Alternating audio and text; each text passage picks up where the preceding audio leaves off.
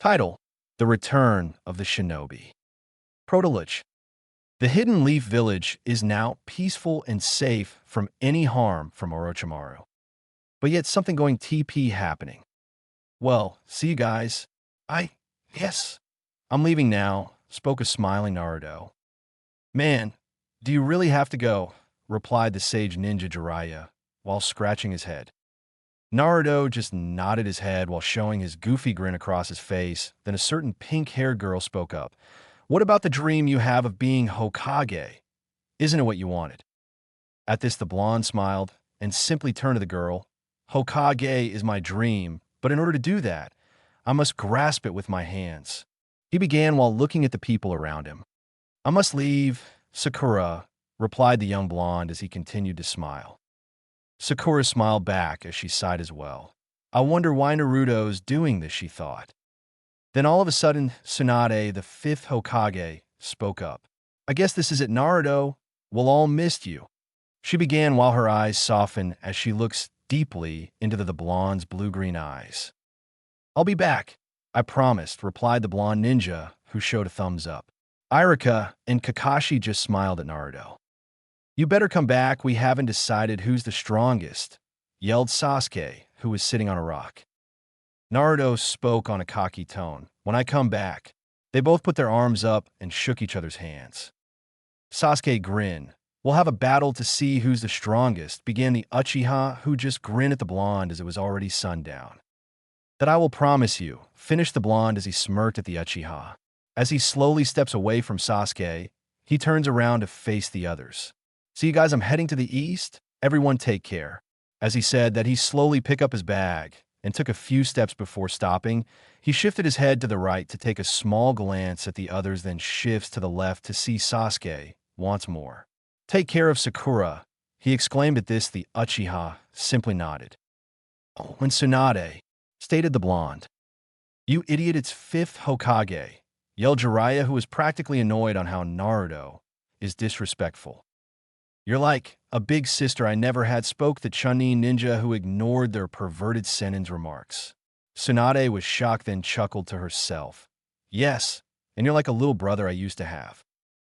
See ya, yelled Naruto, showing a peace sign. There he goes, spoke Irika. Kakashi only nodded at this as he continued to read his latest addition to his Come Paradise. Naruto, you will find your talents as you embarked in this journey, thought the gray-haired ninja as he flipped a page. You're probably the most gifted. As the sun set, the young blonde ninja, the holder of the demon fox that lays within him, is now leaving the leaf villages where he grew and live as a ninja. Tsunade watched Naruto form a distance and spoke to herself. Dawaki, Dan, there is someone who has inherited your dreams, and it's that boy. His name is Naruto. Hapter, one the little girl and the ruthless killer. 10 years later, there a young man walking inside a deep green forest which was full life. He looked to be around 22 years old. He had blonde hair, but a bit bushy, and his face showed life. He was quite handsome, and also was wearing a headband, which has a symbol of the Hidden Leaf Village. He was also wearing a brown cloak that covered until his feet were showing. Under the cloak, he was wearing an orange outfit. Man, it's so peaceful out here. It's been already 10 years. Maybe it's time for me to go back, replied the young blonde, who grinned to himself while stretching in the air. So he started walking in another direction, heading to where the hidden village was, but he didn't seem to notice that he was being followed by someone. So the young man kept walking until he reaches an open field where there were fewer trees and short grasses everywhere, with a couple rocks and boulders scattered around. Touchy, spoke the blonde while starching his head. Then he heard a soft voice and turns to the direction only to see a young girl around 8 years old. She has long pink hair, but tied in a pig's tail. She was wearing a blue GI and has bright blue eyes. Dear brother, please rest in peace. I'm doing fine, but I don't have any place to go. But don't worry, I'll find one soon. Promise, spoke the young girl while wiping her tears. The blonde ninja felt his heart soften and went over to the little girl. Hello. There. Why are you crying? Asked the young man. My brother was killed, and now I have no place to stay. "This is his grave," replied the little girl who started to cry. The young blonde bent down until he was her height and wiped the tears away. "Don't cry. What's your name?" He spoke in a gentle voice. She began to sniff and said, "My name is Koana Sagura." "That's a nice name. It means little flower, doesn't it?" said the young man with a smile. Koana just smiled and shook her head with excitement. Then a thought occurred to him. Interesting, where did I heard that name before? Well, I can't seem to recall. "What's your name?" asked the pink-haired girl who broke the man's thoughts. "Oh, my name is Uzumaki Naruto," spoke the ninja, who was absent-minded for a bit. "Hello, Naruto," smiled the pink-haired girl. "She looks like Sakura," he thought to himself. "What's wrong?" she asked, wondering what the man was thinking. "Oh, nothing. You remind me of someone," he replied while patting her on the head. "Oh, okay," Koana giggled. Naruto smiled at the cheerful girl, then something caught his attention, then his eyes narrowed. "Koana, hide behind those rocks, someone's here," he whispered in a calm voice. She quickly did what she was told. Naruto stood up and waited to see what happens. Scanning the area, then a sound of ruffled bushes was heard behind him. A long chain came out of nowhere with tremendous speed. It was heading straight for his back. As the chain was getting ready to hit Naruto, but it missed, it looked like it hit him, but it didn't. Naruto was now an inch farther than the chain. But the impact of the chain sends a boulder crashing. "So you're the one that was following me throughout the forest," replied Naruto, facing the guy with the chain. The stranger had black spike hair with a scar on each cheek. He was very masculine and was large out on his right arm. He is holding a talon connected to the chain, while the other hand was spinning the chain in circle. "Huh.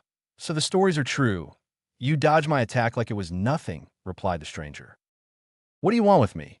Naruto spoke in a Hershad tone. "The name's Takeyomo. All I want is your death to add to my collection like I did to that girl's brother," laughed the man. Koana began to cry. "Why?" "So it was you. Now I'll take the girl's revenge," replied Naruto in a calm but angry voice who just stood there. "Ha ha ha. Prepare yourself. Leaf Shinobi," as Takeyomo said that he threw his chain at Naruto, but he quickly dodged it, but the impact shattered more rocks. "I see where you're going. You're heading to the right," yelled Takeyomo as he was getting ready to throw his talon, but before he can throw his, a voice spoke up. "You saw wrong. It was Naruto on the left side." Takeyomo was shocked, then turned around. "How did you get there?" he yelled. "What you saw was only my afterimage," replied the grinning blonde. Takeyomo became furious. "Dodge this, you fool," he yelled and threw his chain even faster than before. As it was getting ready to hit the ninja, Naruto took out two kunais, with one on each hand. As he did this, he dodged the attack from the angry man. At the same moment, Naruto cut the chains like it was nothing with his kunais. "What'd he cut my chains?" shouted the shocked man. Then the ninja leaped forward, elbowing the man in his chest, knocking him to the ground. "Sorry about that," smiled the young blonde. As he said this, the man got up and was ready to throw his talon, but it wasn't in his hands. "Looking for these," exclaimed Naruto, while taking the talons out from under his cloak. "How did you?" Takeyomo was too shocked to finish his sentence. "Please don't kill me. I'm sorry. I was forced by Shinsenkani," squealed the man who was now on the ground, bowing in forgiveness. "The Shinsenkani," why, replied Naruto. "The Shinsenkani. Could Tenchi be behind this? It couldn't be." He mentally spoke to himself. "Yes, it's true," exclaimed the man, as Naruto was staring off into space. Takeyomo yelled, "Now I got you," and chains came out from his sleeves and wrapped him around Naruto's left arm, and the other chain was wrapping around Blonde's neck and his right wrist. "What chain waits?" replied Naruto. If you didn't put your right wrist up, you could have choked to death," as Takeyomo said that he smirked. "I have cut off your goddamn speed. I may be slow, but I got power." He threw Naruto to the other side, hitting the ground hard. "Damn," Naruto spoke to himself, coughing up a couple of blood. And then again he was thrown, but with harder force. "No, oh, Mr. Naruto, don't give up," cried the little girl who came out from hiding behind the boulders. Takeyomo stopped tossing around the ninja and started walking up to him. As he towered over the blonde his body looks lifeless, he then kicks his head. Ah, you know what? I never finish answering your question now since. I've killed you, I'll tell you. You see, a former Shinsenkami sent me. I was hired to kill you. Even if I would tell you the person's name, I wouldn't, he said, and kicked the blonde's head once again. That little girl's brother, he was the fourth assistant master of Shinsenkani. Ido Sagara, spoke the man who was now starting to laugh. He was a hard guy to kill. I wouldn't have one if it weren't for someone's help. No, you monster, you killed my brother, cried Koana. She performed a jutsu, and chakra flowed around her body, and she did some hand movements. Hurricane no jutsu, she yelled, and sent a typhoon force wind attack to the man, but the attack was strong, but it didn't affect him. Huh. Wind attacks can't hurt me, he yelled. Oh man, Koana said in a disappointment tone. Maybe I can shout at a voice. What? Screamed the man. How are you alive? He exclaimed. Naruto was already on his feet. So you were paid to kill me, and killing Ito was a big mistake, he replied. He took those hits on purpose just to get answers, Takeyomo thought to himself while slowing moving back. You're okay, Mr. Naruto, screamed the girl with excitement. Of course, Naruto just did his famous grin. Now you die, Takeyomo yelled and threw Naruto to a nearby boulder. The chains are still connected to him, but as Naruto came close to the boulder, he hit with a huge impact. Another one bites the dust, smiled the evil man. Then a sound was heard from behind him. All of a sudden, he spat out blood. What's going on? He choked. As the dust cleared, there was no trace of the ninja. Impossible. Shit, just when I go paid. Takeyomo coughed up more blood and collapsed on the ground with a large shuriken sticking out from his back. There you see a blonde standing a few yards from the dead man. How can Ito lose to such a nobody? I wonder what really happened, the young blonde thought to himself. Koana then ran to Naruto and hugged him. Mr. Naruto, are you okay? She spoke in a cute voice. I'm fine. Wasn't that attack you used the Hurricane no Jutsu? Isn't that your brother's special move? He said while hugging her back. She looks up and yelled, Yup, who was smiling uncontrollable. Naruto just smiled. Hey Koana, what do you say you come with me back to my village where I trained as a ninja when I was younger? He replied with a smile. Really, I can. Why, thank you, she yelled, who hugged him even more. Let's go, shall we? He spoke up, and Naruto just did his famous grin while the pink-haired little girl just smiled once more. Don't worry, Ito. I'll take care of your sister for you. I see a great potential in her. Naruto thought to himself. Chapter 2, The New Pupil, Return of the Wolf. There stood a man dressed in black, hiding in the dark shadows. He had silver hair, but his face was covered by a mask. His eyes were cold red like the eyes of a wolf, ready to kill his prey. On his right arm were 10-inch claws that cover his hand. He carried a Japanese sword on his left arm.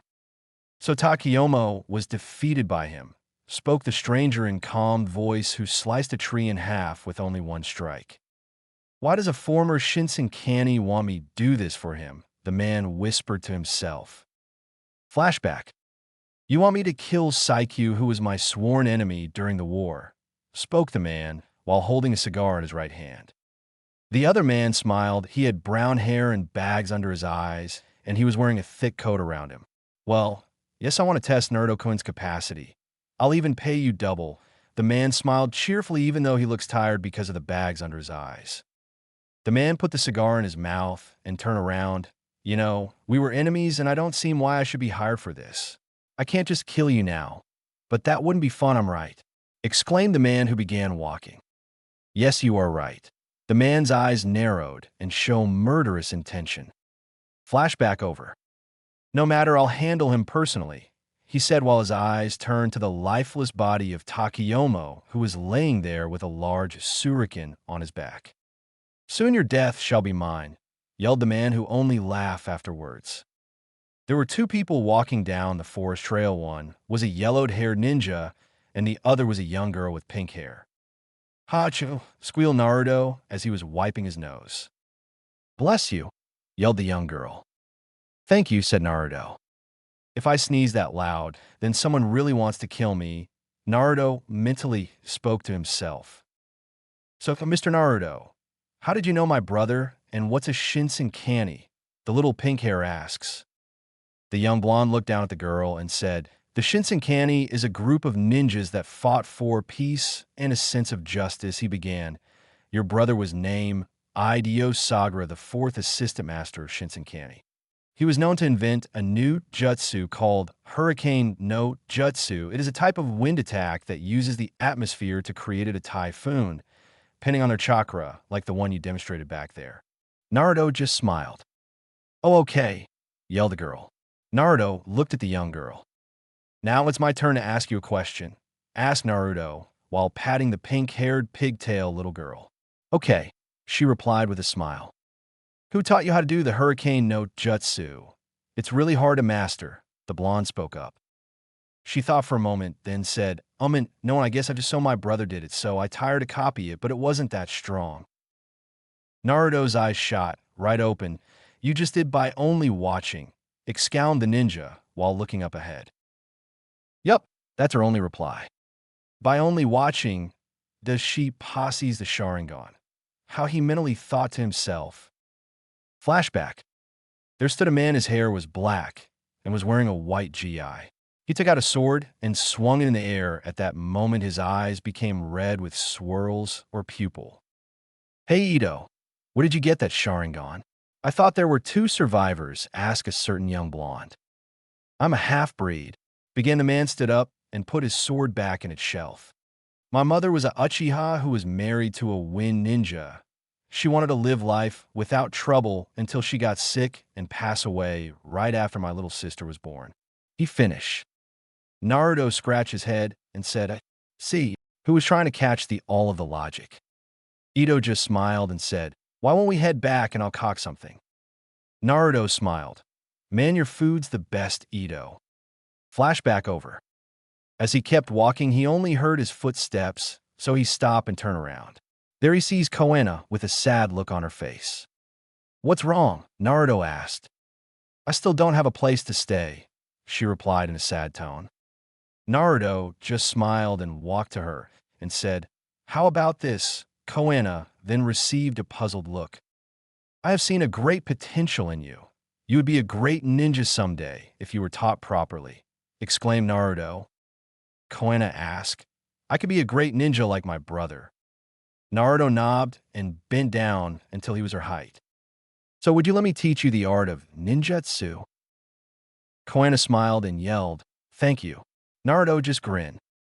Remember to address me as Sensei or Sensei Naruto. Either one doesn't matter, spoke the blonde ninja.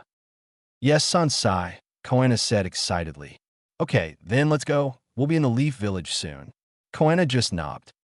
There are 4 shinobis from the Mist Village surrounding a particular person. We were sent to take you down, Ukami, by order of Mizukage, spoke one of the Mist ninjas. Is that so? Do you think you 4 will stop me? I am the Wolf of the Mist, said the man wearing a mask.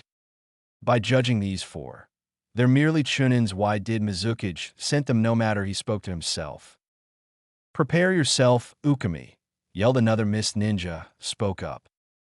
The sliver-haired man just smiled and went into fighting position, his left leg up front and his right leg spaced apart, then faces his claws horizontally and using his left arm and hand as a guide. The shinobis didn't recognize this fighting stance. Come on, don't tell me you don't know this, spoke the wolf with a smirking sound coming from under his mask. We don't care, yelled one of the Mist ninjas and started performing one of their jutsu taught back in the Mist Village. Flying water needles, special jutsu, shouted the first Mist ninja. Needles of water went straight for the Wolf of the Mist. Very well, Hirazuki claws. One of the ninjas was shocked of hearing the word Hirazuki. Ukami charged with incredible speed, leaving him a trail of dust. The needles were canceled by the attack. One down. As he said that, Ukami thought the shinobi's chest with his claw, leaving blood and flesh everywhere. The shinobis were too shocked to move. Ukami then took out his sword. I thought you guys were good. I guess this is what I'm expecting out of Miss Chunins, spoke the man. Shut up, yelled one of the shinbais who threw a couple of shurikens that can't be seen by the naked eye. But Ukami dodged it like it was nothing, then quickly sliced the torso of the shinobi that attacked him. Then he quickly sliced off the other shinobi's head and blood gushed out from the ninja. 3 down, spoke the man. The last shinobi tried to run away, but Ukami took to the trees, jumping from one to another. The ninja quickly tried to hide behind a tree. What kind of monster is he? He quietly spoke to himself. Then all of a sudden claws came down from the tree and grabbed the shinobi's head. "Ah!" screamed the mist ninjas, who said, "I'm a monster. The one you call Zabuza, he's a monster. But I'm the devil." With that, he crushed the shinobi's head like it was nothing. This was quite a warm-up, but I got bigger fish to fry. He laughs and disappears into the shadows. Later, as Naruto and Koana walking deeper into the woods, they saw a sight that was horrible. They're ninjas who were disembodied. Koana didn't like the sight she saw and hugged Naruto's right leg, covering her face with his cloak. "It's okay, Koana." He ushered her while putting his hand on her back. "These are Chunin Hunter-nins from a mist village. Why would they be all the way out here?" Naruto mentally spoke to himself. "Something's up. These guys were trained to kill, but I guess they were hunted. Let's go, Koana." So the two left, heading to the Hidden Leaf Village. Who could have done this? If they sent Chunin level Hunter-nins, why not the Jounin Hunters? I wonder if these were Naruto's last thoughts. Chapter 3. Return to Koana Village. Surprises await. Sensei called the girl. "Yes," he replied. "What happened to those poor people back there?" she asked. "To tell you the truth, I don't really know what happened to them," Naruto replied. Koana started getting scared. "What if it's a monster that killed them?" she said in a frightened voice. Naruto looked down. "She really does look like Sakura," he mentally spoke to himself. "Don't worry, I'm here to protect you, since you are my student after all. Now cheer up, we're almost to the Leaf Village," he spoke. Koana smiled cheerfully and nodded. As they continued their walking down the same path through the forest, Koana was looking around, turning her head to look at the view of her surroundings. She saw buds of roses, scent of sakura trees. Then she looks up to her sensei, and something caught her attention. It's his headband that has a symbol. Then a question popped from her head. Sensei, when do I get to wear those cool headbands? Does it come in different colors? I hope there's yellow, blue. Wait, I like pink. Is there pink?" she asked with enthusiasm. Naruto only chuckled and said, "Not until you're ready, and nope, there's no pink. The only color we have is black." "Oh man," Koana just frowned and crossed her arms. Then all of a sudden Naruto stopped walking. "Sensei, why did you stop?" she asked. Naruto turned around with his famous grin. "Can you see the big gate over there?" he asked her. Yeah," she replied. "We're here," he spoke. "We really are," she replied. Naruto just smiled, then all of a sudden, there was an explosion inside the village. "What the?" Naruto yelled. "Let's go, Koana, we must check the village," he told her. Koana nodded with determination, so the two left. "What the hell is going on here?" yelled one of the leaf shinobis, as other houses collapsed on top of each other. Explosion erupted from the opening of the village to the middle. "Don't worry, students, as your teachers do everything to protect all you. Even the cost of our lives," spoke a ninja in a calmly manner. It was Irika. Nothing much has changed, except his hair grew down to his ass. Then there was a ninja with silver hair, and one of his eyes were covered. His age did not show. He was helping women and children off to safety. Then all of a sudden a voice yelled, "Kakashi, where's Sakura? I can't find her." It was Sasuke. He was now tall and quite handsome. His bangs fall across his face. "Hey kid, I can't find her," spoke a man. He has sliver hair but wild, facing in every direction. His body is so masculine, but one thing is, he has a beard. "Why not Jiraiya?" yelled Sasuke. The dust started to clear. There were a group of 6 people. Standing there laughing was heard from the group. "Who the hell are you guys?" yelled the angry man. The 6 strangers were wearing all black. There was a guy who has muscles on top of muzzles. One was a short guy, and the other was so huge. We are the Koi Senshi. Our leader has sent us to test the Koena village. Then all of a sudden a voice cried out, "Help! Someone help! Kakashi Insei, Sasuke, Irika Sensei, anybody help? I've broken my leg." It was a sound of a female's voice. "Sakura," spoke Kakashi. As the dust cleared, it was her near a bunch of rubble. "There she is," yelled Jiraiya. When the Koi Senshi spoke, "What a cute girl. Kill her," signaling one of his teammates to kill her. He steps forward and introduces himself. "My name is Blunt KO. He is hair tied in tree ponytails. His eyes are black." Then he turns to Sakura. "Sorry, babe. Duty calls," he spoke in calm voice. He took out his sword and dashes straight at her. "Sakura no. Jil Sasuke." Sakura didn't do anything. She was in fear. Tears started flowing down her cheeks as the sword was getting ready to slice her in two. Something happened. She was gone and Dark Nin's attack sliced a whole house in half. "Where did she go?" he yelled. "What's going on here?" asked Jiraiya. Then soon enough, the fifth Hokage came followed by other shinobis. "Who are these guys?" she asked. "Where did the girl go?" yelled the leader of the group. "She's here with me," spoke a stranger with blonde hair while holding Sakura in his arms. "Who the hell are you?" yelled one of the members. "Just a simple stranger passing by," he replied. "Who is he? He seems so familiar," asked Sasuke. "It can't be. Has he really come back?" The fifth Hokage mentally spoke to herself. "That guy, he looks exactly like the fourth Hokage," replied Jiraiya. Then all of a sudden a little voice spoke up, "Sensei Naruto, how come you're so fast? And you're not even tired," said the little girl who was out of breath. Everyone was shocked of hearing the name Naruto. "Sorry about that, Koena," assuring her with a grin. "Yeah, well, tell me before you do that turbo speed stuff," she replied in a cute voice, who was now walking up to her sensei. "Hey, don't frown. It's not good for you." Naruto just smiled. Koena just crossed her arms with a HMPT. "Naruto, is that really you?" asked the girl with a faint voice while still in his arms. "Yup, it's me, Sakura," he replied with a smile. "Naruto, I asked that really you?" yelled Jiraiya, who was so excited that his voice could be heard by everyone. You could hear whispers that he has returned. One of the members yelled, "It's him." "So you came back to your village," spoke the short ninja. "Naruto, who are the Koi Senshi?" asked Kakashi, who just appeared right next to the blonde. Naruto turned around and handed Sakura to Sasuke. "Take care of Sakura." Sasuke just nodded. Then he turns around and looks straight ahead at the six people. Kakashi was waiting for an answer. The Koi Senshi, they're a group of elite ninjas. Their sole purpose is to be the strongest clan. Unlike us, they use the power of darkness. They have no honor. Wherever they are, they leave a trail of blood down their path to prove that they're the strongest. They are the Dark Warriors, exclaimed Naruto in a calm voice.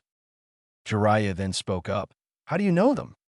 "Because I fought them in the past," replied Naruto. "I'm going to take them down," yelled Jiraiya. The blonde stuck his arm out to stop the sage ninja from running. "No, I'll take care of them," he said in low tone. "Sensei, I want to help," the little pink-haired girl asked. Naruto just moved his head left and right. "Stay with this man. He'll protect you," exclaimed the ninja. Koena just nodded and listened to his teacher. Naruto stepped up and spoke. "Hey, are you guys ready to dance? 'Cause I am." All the six Dark Nins were silent. "Let's see what Naruto can do," Sasuke spoke to himself. Sakura was just nervous. "A blunt KO will take your life," said the ponytail headman, and dashed forward with all his might. Then slashed down with powerful force. Naruto's eyes shot open. "They're a forward slash. Now break its stance," he mentally spoke to himself and took out a kunai and turned it upside down, showing the bottom of the weapon, and thrust it forward under the safeguard of the upcoming sword, canceling the attack. "Impossible. He caught the guy off balance," replied one of the shinobis. Blunt KO lost his balance. There he left his chest open. Naruto spoke to himself and leaps forward and turns the kunai around his hand and stabs the guy on the left side of his chest, aiming for one of his vital points. "Ah, shit," He really is good, spoke Blunt KO, then collapsed on the ground like nothing happened. Naruto has improved a lot since the last time he was here, spoke Kakashi in happy tone. The fifth Hokage was impressed. He took that man less than a second, she replied. My turn, yelled a man. He steps forward and says his name. My name is Bone, the man replied. He was so masculine, had muscles on top of muscles. He has had no shirt, so his body has stripes like a tiger and has red hair. Prepare yourself, shinobi. I will crush you with this. He was spinning a wrecking ball connected with a chain.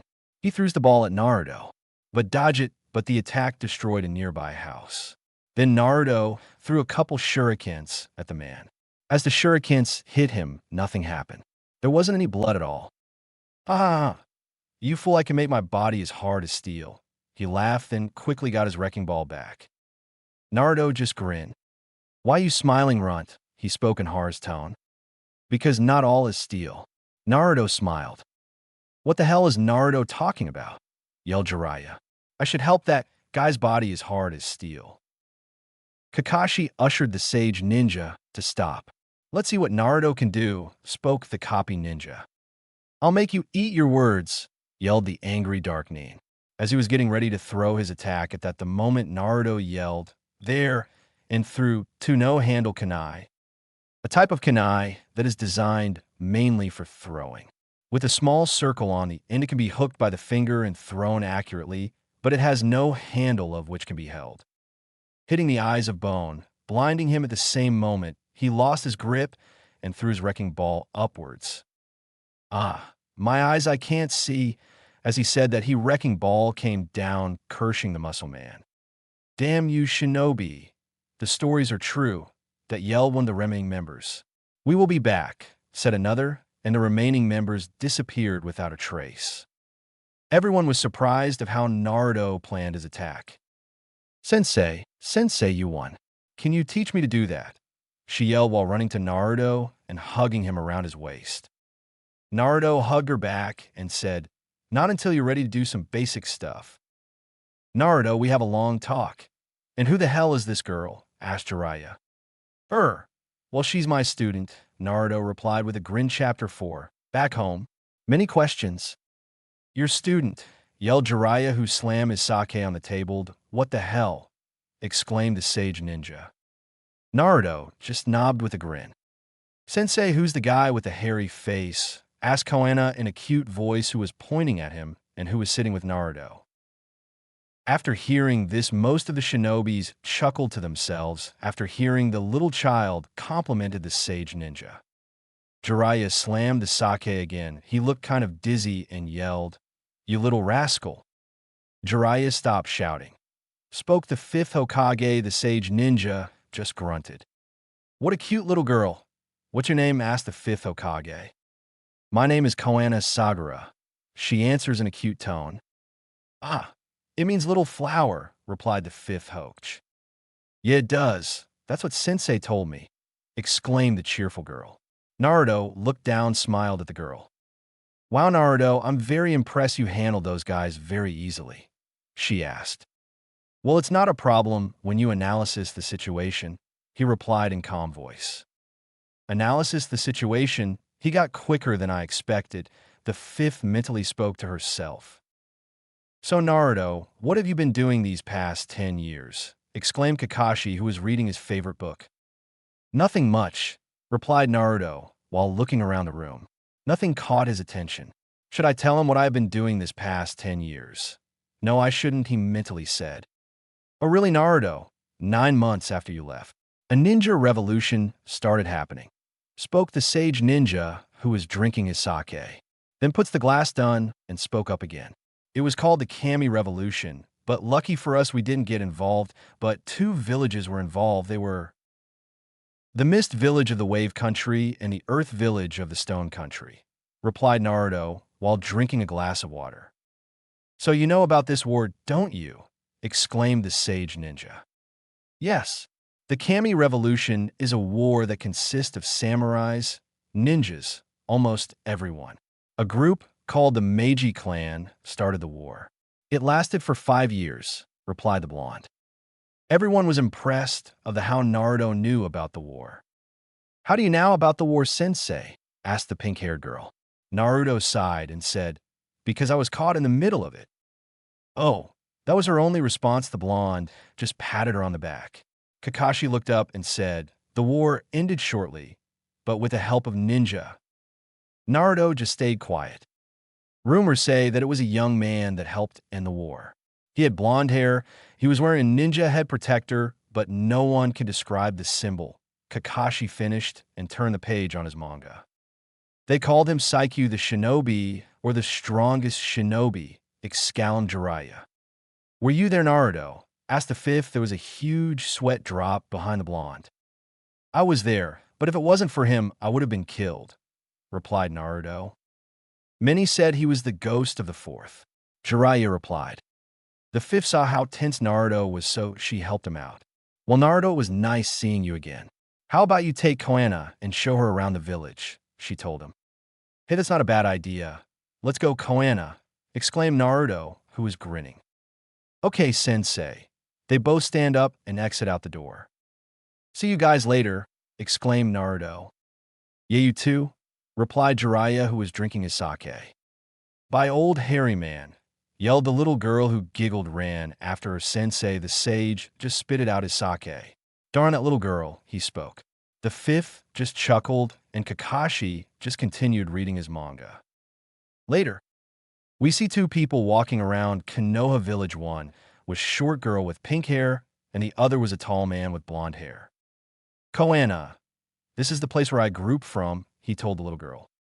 "Wow, it's such a nice place," she replied, and continued walking around. Then something caught her attention. "Sensei," she said while pulling on his cloak. "What is it?" he asked, looking at the girl. She continued to look forward, then points at something. "What's that?" she asked again. Then Naruto looked up and a smile came across his face. "That's the Hokage Memorial. It's where the leaders of the village is remembered by. From right to left is the first Hokage. He is the founder of the village," he spoke. Koana just nodded. Then the second, followed by the third and fourth. The recent one is the fifth Hokage. He finished. "Oh, okay," she spoke in a calm voice. "Now, let's continue our tour," he told her. Later, "Class dismissed," yelled a man who was whipping the chalkboard. "See you, sir," yelled one of his students. "Yeah, whatever," he spoke in a boring tone. "You're still the same as always, Irika," spoke a voice. Irika stiffened a bit after hearing a familiar voice that he thought he could have never heard for a long time. He put the eraser down and turned to the direction of the voice. "Naruto, is that you?" he asked while blinking a few times. The blonde ninja stepped forward to face Irika. They looked to be almost the same exact height. "It's been a while, hasn't it?" he exclaimed.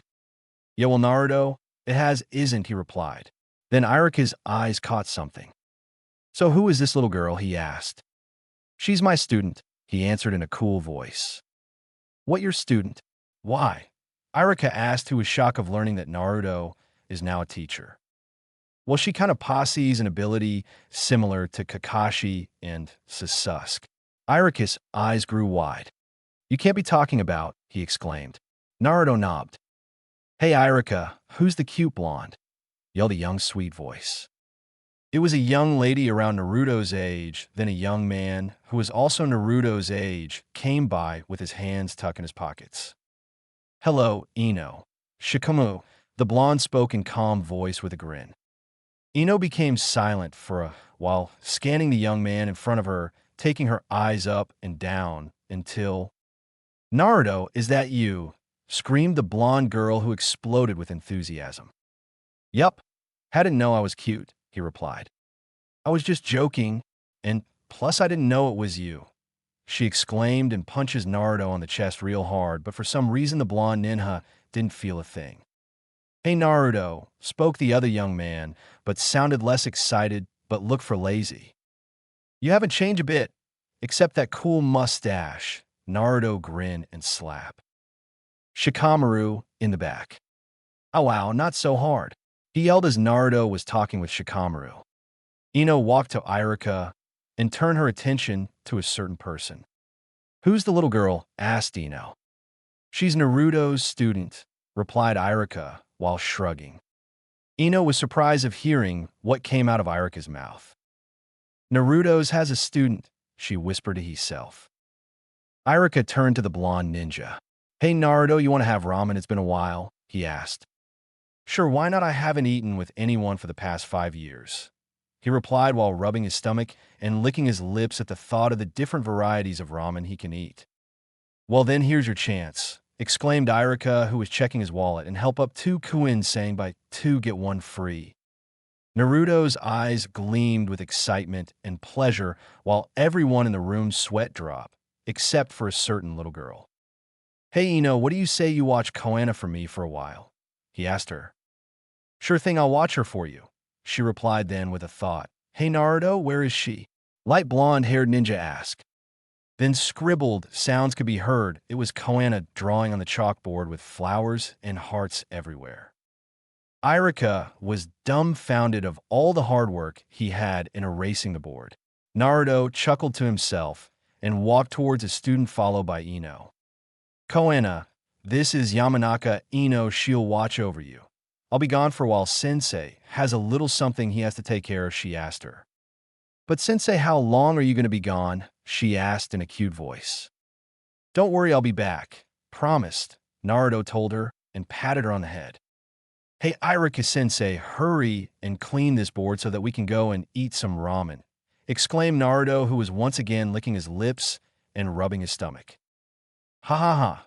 Naruto, you're still the same, replied Irika and patted the blonde ninja on the back and said, if you really want that ramen, why won't you help me? Irika grimaced at the sight of Naruto moaning. Those two are still the same, she said, then turned to the little pink-haired girl. So you're ready to explore the village? Ino asked. Yup, yelled Koana.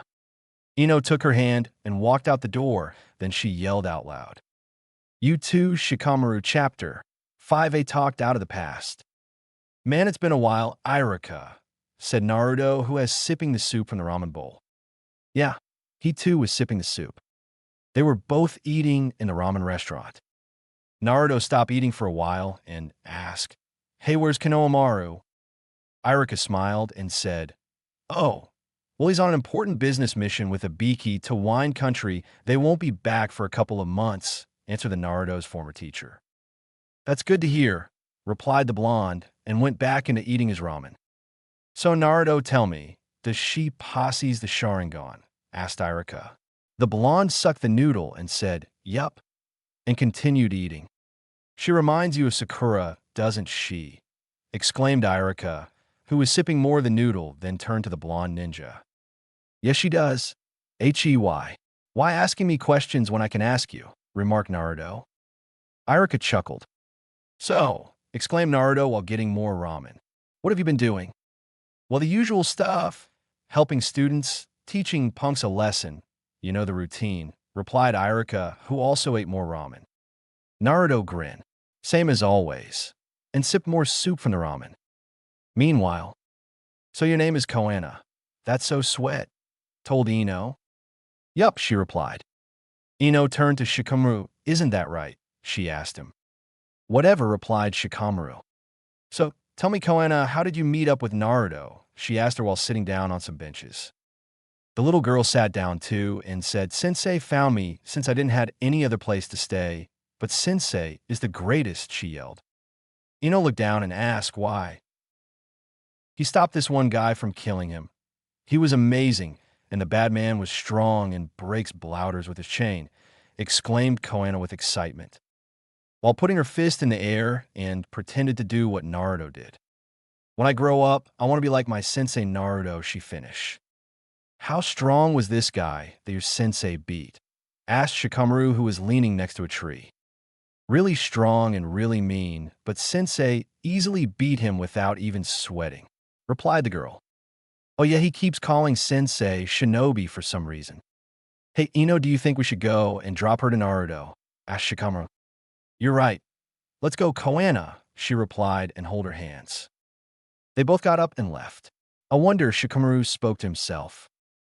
Hey, Naruto, stop eating, you're gonna make me broke, yelled Naruto's first sensei. Sorry, he said, and started sipping more soup. Hello, Irika, is Naruto-kun here? Asked a young girl who was Naruto's age. Her hair was up to her shoulders and was wearing what other female shinobis wear. She was quite nervous. Oh, hello, Hinata, he's here. All right, look, exclaimed Irika and points at the hungry blonde. As Naruto stopped eating for a while, he turned his head and spoke. Hello, Hinata, it's been long, he said and drank more of the ramen soup. You're helpless, Naruto, spoke Irika. Hinata just chuckled to herself. Meanwhile, so this is the Hidden Leaf Village, or should I say home of the shinobi, grinned man. His eyes were narrowed and he had silver hair. His other hand was wearing gloves and the other wasn't. He was wearing all black, but he was carrying a box behind him. He walked around. I wonder where everybody went to. In this side of the town, there should be someone here, he asked himself. I'll wait here, spoke a voice. Shikamaru, just follow me, so I could drop Koana, yelled the light blonde-haired girl. Why should I go? He replied lazily. Perfect, the man spoke to himself and walked up to the three. Hello, he began. Do you know where I can find Uzumaki Naruto? Spoke the man in a very cheerful voice. Who are you? Asked blonde girl. My name is Kaikatsu, means cheerful. I'm an old friend of his. I came here to give him something. He replied. What you got there on that box of yours? Shikamaru asked. Oh, this, he said, and took it off and set it on the ground. This is a medicine chest. I came here to see if he needs anything, he said. Shikamaru walked up to him and said, You know you have really narrow eyes. I was born having this, sorry about that, he replied. Then why do you have blisters on your hands? Yelled Shikamaru and grabbed the man's left hand. The man grinned. So it's true what they say about you, he said. Ino and Koana moved back. About what? Shikamaru replied lazily. You're Nara Shikamaru, a genius fighter of the Leaf Village. So what? Yelled Ino. You guys are friends of Saikyu the shinobi, replied the man. What are you talking about? Spoke Shikamaru. He's just a legend, we don't know him, yelled Ino. Koana was just hiding behind her leg. I can't believe that fool didn't tell you yet, grinned the man as he took out his Japanese sword from his back with his left arm. Tell us what? Yelled the young girl. Shikamaru was quiet. Can it be? He said to himself. The one you called Uzumaki Naruto, he's Saikyu the shinobi, spoke the man. Or should I say the strongest shinobi, he finished. What do you have proof with? Yelled Shikamaru, who was trying to intimidate the stranger. The man went into a fighting stance, his right leg up front and his left leg back apart, and his left arm went into an horizontal stance while the blade was face down, and his right arm was upward, guiding the sword. That's the Hirazuki stance, yelled Shikamaru. I'm very surprised of your knowledge.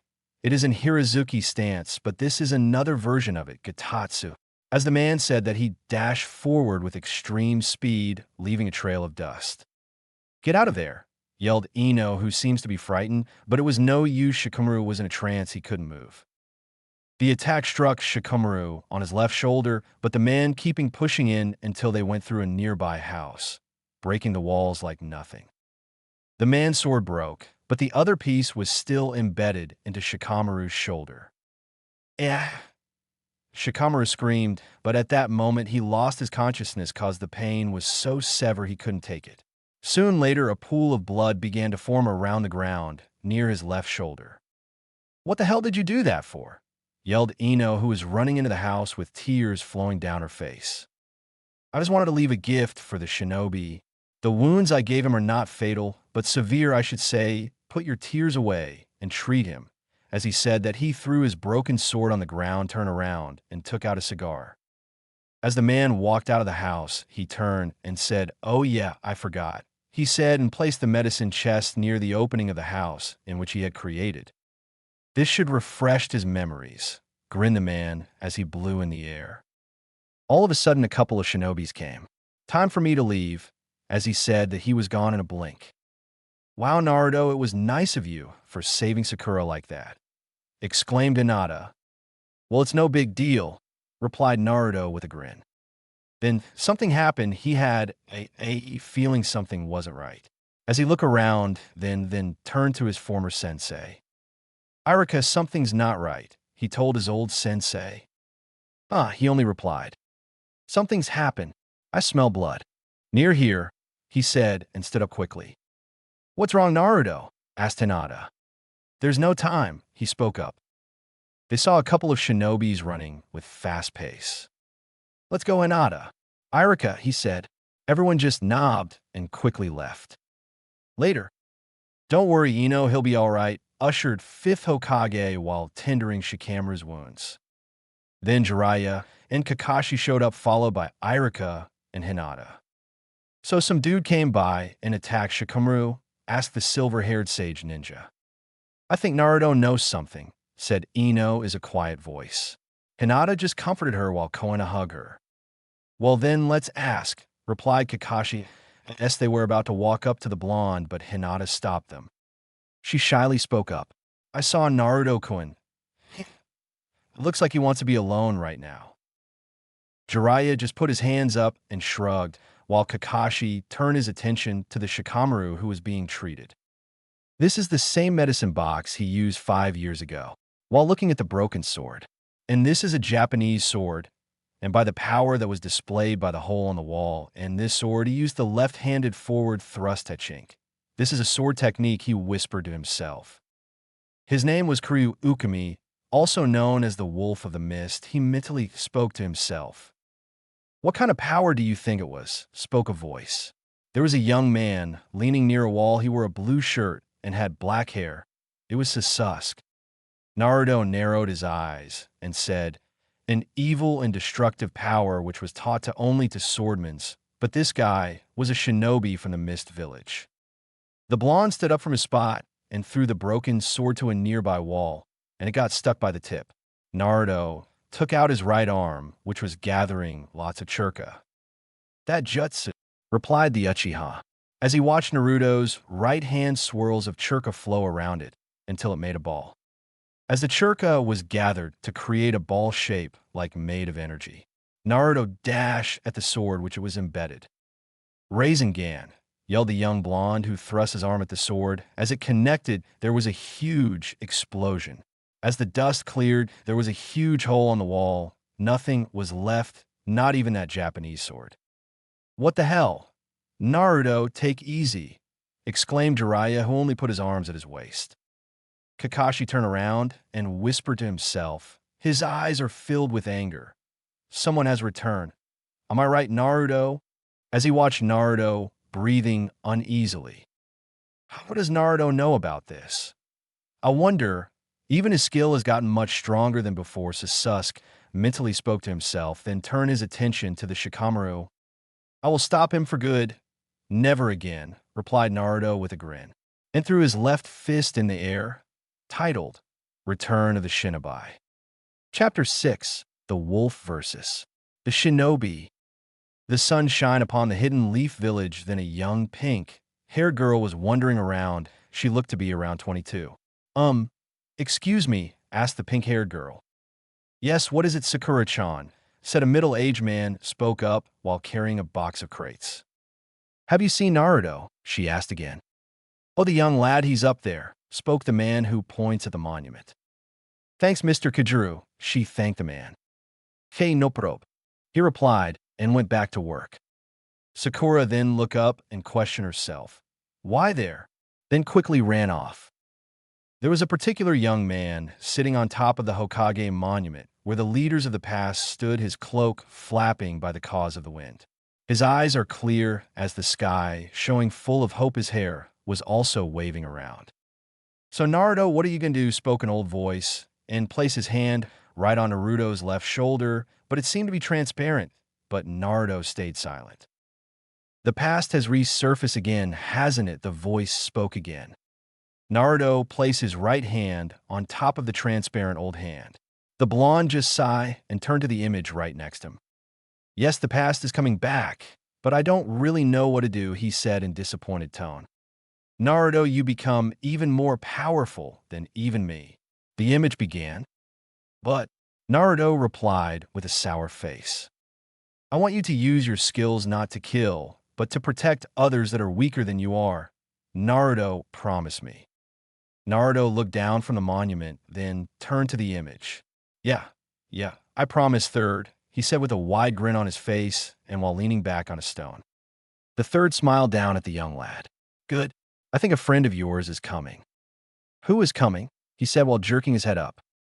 A cute one, replied the ghost of the third, then winked at him.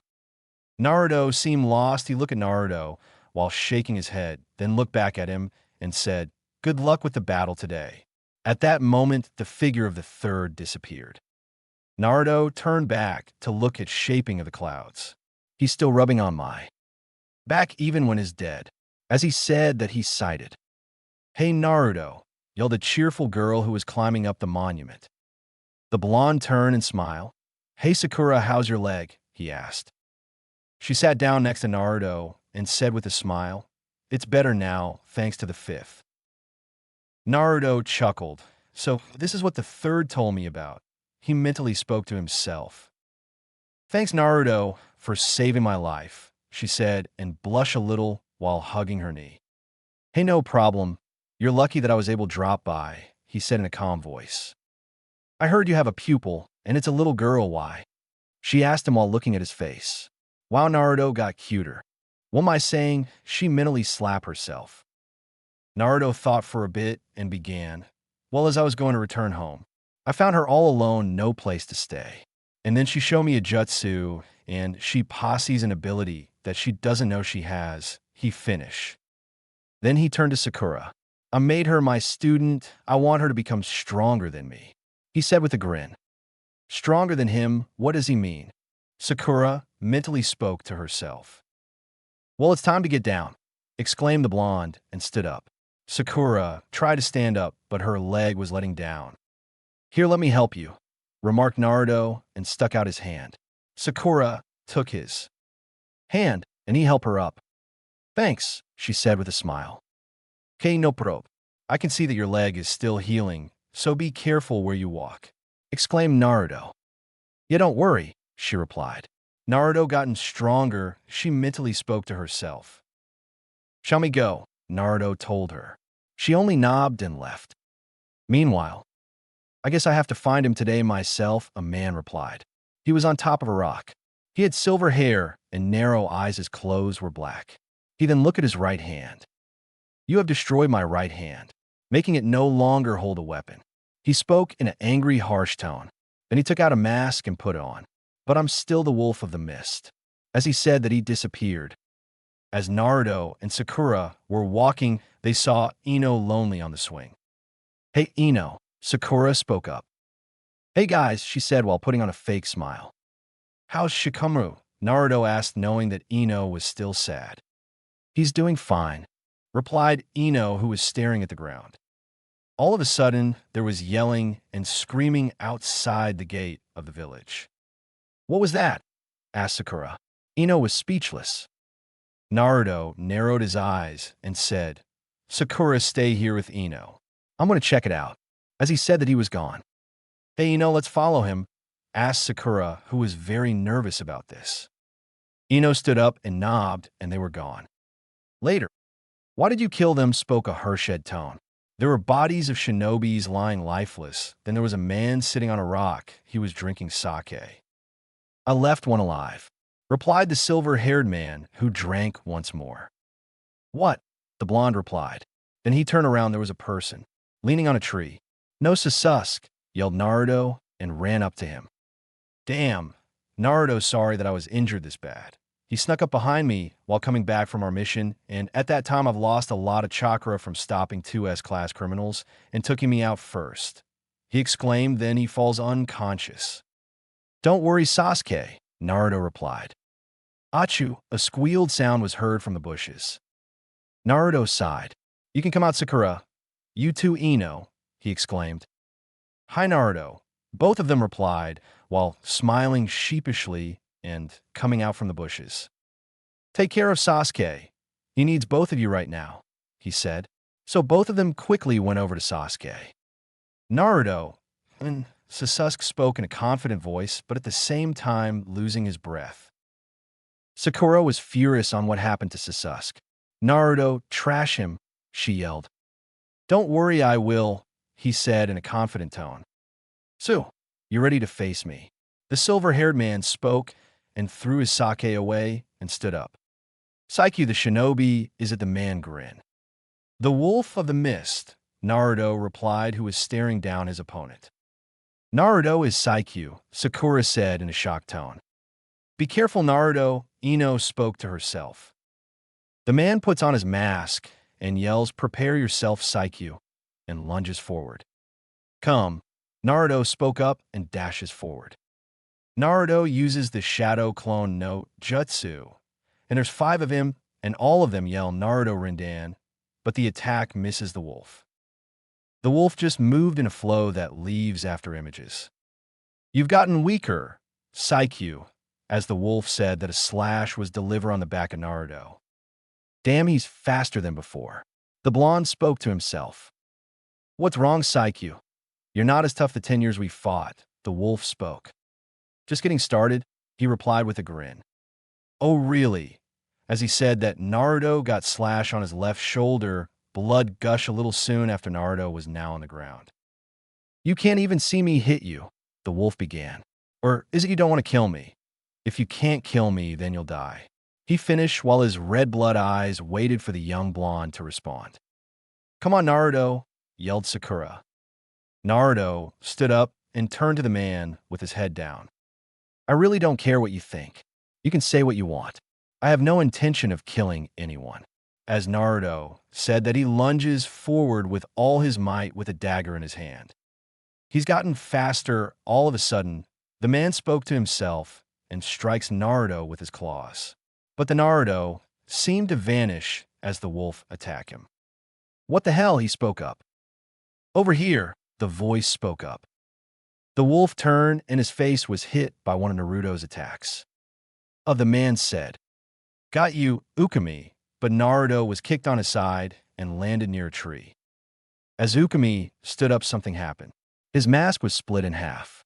So you managed to cut my mask. Ino yelled, It was you who attacked Shikamaru.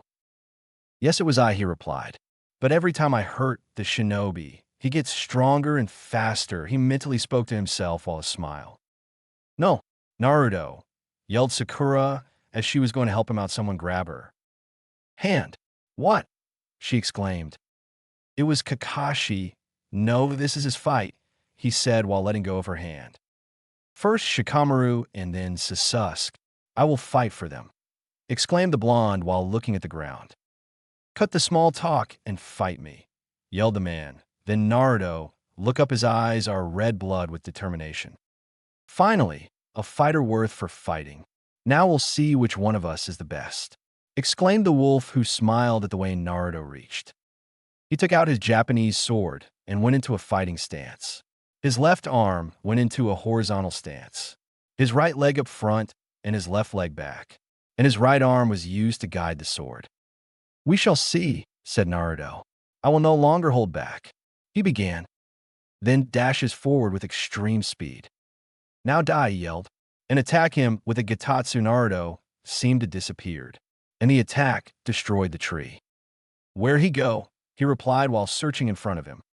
There was Naruto in the air, flipping around and landing on his feet. What's wrong? Scared to fight back, yelled the wolf. Naruto was still looking down, and he said no. Then the claws on the wolf were all cut in half. How did he? The wolf mentally spoke to himself. That's it. The man yelled and attacks with the Gitatsu. Naruto just stood there. There he spoke to himself. The attack pierced through Naruto's cloak, but it was just a distraction. Out of nowhere, Naruto was behind his enemy and attacked him with a kick to his side, sending him flying to a nearby rock. Why did my attack miss? Yelled the angry man who was holding the rock for support. Then a voice spoke up. It's a Hirazuki technique used back in the days of the samurais. It's used to kill your opponent with one blow. But the Gitatsu is the same, but much stronger. But you missed because a ninja's speed is much faster than it. Everyone turned to see Shikamaru standing there, with the help of Hinata giving him support. Shikamaru is right. You're using Gitatsu, a technique which can kill anyone in a single blow. But you already used that technique. Stand up. I know you've waited this long to fight me, replied Naruto. I will kill you, yelled Ukami. Then Naruto went to his stance. You can try. I may just kill you first, replied the shinobi. Naruto's eyes were red blood, and his voice seemed harsh. Naruto took out 4 kunais on each hand and a kunai on his mouth, and he crosses his arms while holding the weapons. What's that? Asked Hinata. The technique that gave Naruto the name Saikyu, the shinobi, replied Kakashi while lifting up his head protector so that his left Sharingan I can see. Prepare to die, yelled the man, who dashes forward with his final attack. Gatatsu at full power, he yelled. The attack missed Naruto. Imposable, yelled the man. Naruto was so fast that when you blink he was gone. I'll use Tenshi's technique, the blonde whispered to himself. Now can I, Kuzuryu, son, as Naruto said that the man was down in a second. Blood was flowing everywhere around the wolf, while a kunai was stuck on his right eye. He used the attack that gave him the name. He exclaimed as spatted out more blood and falls down. Lifeless. What happened? Asked Sakura. The kunai Kuzuryu-san is the special move that Saikyu the shinobi use.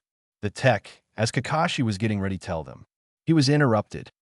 The technique hits the 9 vital points of the body all at once, making it hard to block. It takes only a few seconds to kill an opponent. This attack was never been defeat once, replied the blonde. Then he turns his companions. Naruto's eyes were back the way they were, calm and full of hope. My emotions almost took over.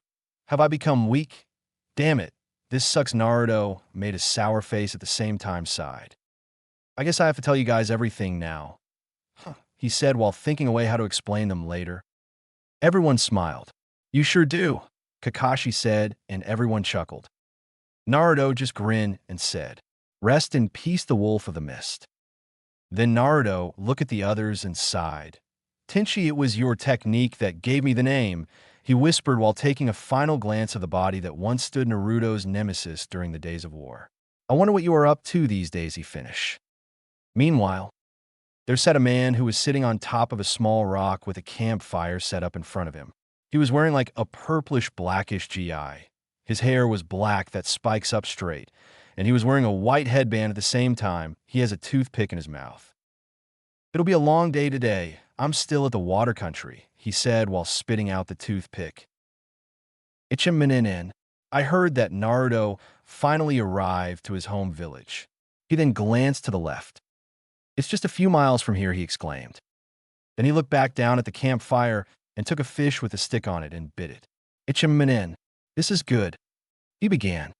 But there are some disturbances at the stone country about the dead coming back to life. He finished while taking another bite of his food. This sounds like Yakuza Shichiro, he questioned himself while looking at the sky. Well, Naruto, I guess I have to visit you some other time. Shichiro-san is up something. Title, Return of the Shinobi. Chapter 7, Assassination Plan. Let me get this straight. After the Kami Revolution, you wander 5 years for a particular person. Why, exclaimed Kakashi. Well, to tell you guys the truth, this particular person helped me. After 5 years, I've decided to visit him, replied Naruto, who was eating ramen in Kakashi's apartment. As he stopped for a while, Naruto began, but I was unsuccessful in finding him, so I decided to return. He finished with a grin and continued eating more. Can't believe out of all the people you're Saikyu, the shinobi, remarked. Sakura, while looking at Naruto, who sipped more ramen, she only sighed. You're still the same old Naruto we know, she replied with a cheerful smile. I guess, as he said that he ate more ramen. I wonder what really happened to Naruto. 10 years ago, Kakashi mentally spoke to himself. Naruto, how the hell did you get that fast? Asked Shikamaru. Oh, I train in art of taijutsu, of course, but in a rather harsh way, I suppose, replied the blonde, who finished the whole bowl of ramen. Taijutsu? I didn't even know you're capable of it, exclaimed Ino. What do you mean a bit harsh? Questioned Kakashi, who opened his book of Come Paradise. Naruto got more ramen and ate some more. Well, There's a first, but I would prefer Lee's way. Well, I'd be hard to exclaim, he said, and stuff his face with more ramen. Ino look at her watch and jump up. Let's go, Shikamu. Ino spoke up. You need to get your rest. Hinata, would you help with this bastard? She exclaimed. Hinata nodded. Oh man, just my luck, Shikamaru replied lazily. So the three of them left. I gotta go check on Sasuke. Wanna come, Naruto? She asked and blushed a little. As Naruto finished the last ramen, he spoke up. I gotta do some errands, and then I'll visit Sasuke. Fine, she replied and stormed out of the room angrily. What did I do? Naruto asked himself while scratching his head. Naruto, you still gotta learn about woman, exclaimed Kakashi, who only sighed and turned the page of his book. Naruto stood up and said, Thanks is for the ramen, Kakashi, and walks out the door. I don't know why, but he hasn't changed, maybe a little, exclaimed Kakashi while look at the empty bowls in front of him. Geez, he still loves his ramen that I can't understand, he spoke in a cheerful voice. Meanwhile, somewhere, I want all four of you to take out the Leaf Ninja, spoke a man who was sitting on a chair, but the room was dark. And then there were four figures kneeling down, all were wearing hats, but it was too dark to even see their faces. One of them spoke up, we will take out Saikyu. Another spoke while holding a sword, the strongest shinobi will fall. Then go, the man yelled, as he said that the four figures disappeared into the shadows. Back to Konoha village. Hello, sensei, where have you been all day yesterday? Asked a particular pink-haired girl, who ran up to the blonde and hugged him. Naruto, hug her back. I had some business to take care of. Oh, okay, she said while looking up at her sensei with a smile. Naruto turned to the fifth and said, Did she cause any trouble for you? The fifth shook her head from left to right. No, she was a good girl. And Naruto, she reminds me of Sakura, she said with a grin. What do you mean by that? He replied. Maybe that's why you want to train her, the fifth exclaimed, then a little voice spoke up. Sensei, who is this Sakura? Is she your girlfriend? Asked the little girl. What? No, she's not my girlfriend, replied Naruto, who was blushing. The little girl turned to the fifth and said, Can I see this Sakura? Is she my sensei's boyfriend? Asked the little girl with a cute tone. The fifth nodded, and come, I'll show you. The Hokage took her hand. Oh yeah, Konoha, tomorrow we start training. Konoha turned her head around. Yay, thanks, his sensei, you're the greatest. As she said that the two were gone. Maybe I should take a walk outside the village, he said. Soon later, four figures land on a tree. He must be here. One spoke up, then disappeared again. What was that? Said a young man. He was tall and looked to be around his 20s. His hair was braided back. His eyes were clear as the sky. Someone better not be sneaking behind me, he said. Then he uses the Byakugan, looking at his surroundings. There's nothing here but three birds and Naruto, he said. Why the hell is Naruto here? He exclaimed. Man, it's good to be back in the forest, exclaimed the blonde who was stretching a bit. He hears a few ruffles from a tree, a couple of leaves falls from one of the trees. Naruto just scratched his head and grinned.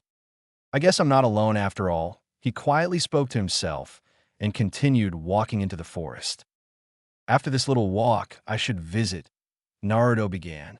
But he was cut off by a large shuriken who was heading his way.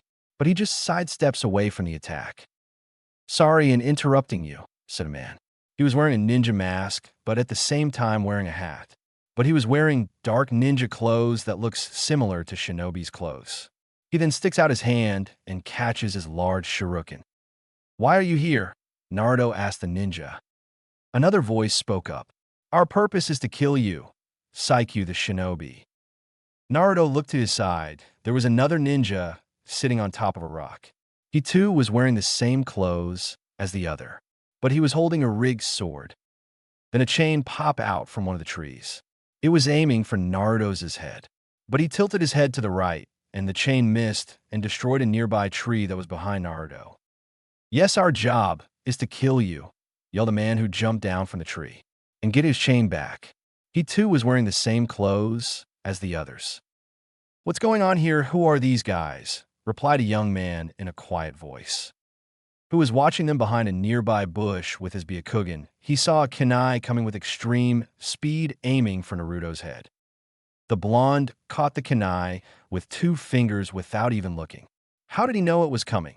The man mentally questioned himself while still remaining hidden. Another popped down the tree. Saikyu, the shinobi, we will take your like, prepare for your demise. What Naruto is Saikyu? Replied the man and gritted his teeth.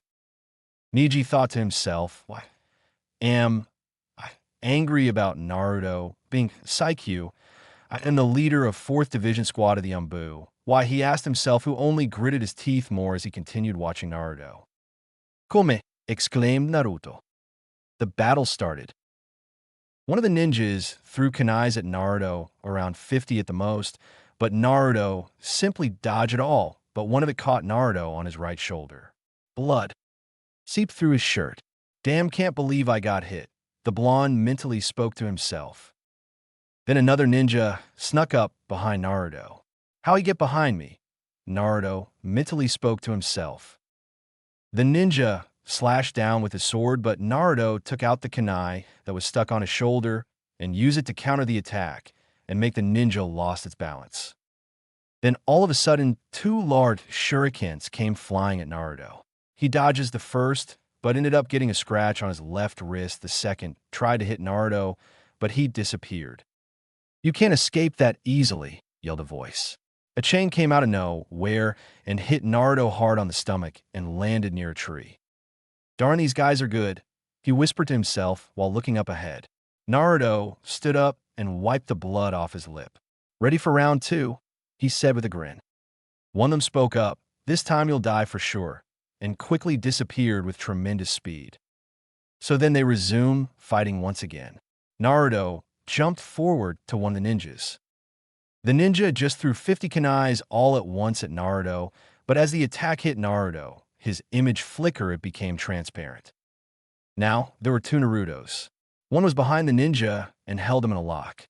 The other Naruto quickly made a Rasengan and hitting the man dead on, leaving the first ninja a hole in his chest and collapsing on the ground. Just now I saw Naruto's chakra flow with tremendous power. How? Replied the young man who was still watching the battle. His technique is fierce as ever, he remarked. 2 large shurikens came flying at Naruto again. That won't work on me anymore, as he said that Naruto dodged the first and caught the second one and threw it with even greater speed, hitting the ninja with full force, sending him fly to a nearby rock. The force sent a great explosion. He's got faster all of a sudden, the man replied while still watching the battle. One of the ninjas tried to slash Naruto, but the blonde saw it coming and took out 3 no-handle kunai, aiming for his shoulder, chest, and his forehead all at once. The ninja was down in a second. Then all of a sudden, chains wrapped around Naruto's right arm, where it was bleeding from the first attack. Oh, darn, he exclaimed. You can't escape from me, the last ninja remarked. We'll see, replied Naruto, and pulled the chain forward with all his might. The ninja went straight to Naruto with a short sword on his other hand. Then at the same moment, Naruto used his right leg to kick up the sword of the last ninja. Then blocked the attack, but cut the sword in half and slashed through the ninja, slicing him in half. Blood seemed flew everywhere. Naruto was on the ground, breathing slowly. Damn, my arm still hurts, he said. Then he heard a sound coming from the bushes. Someone was watching me.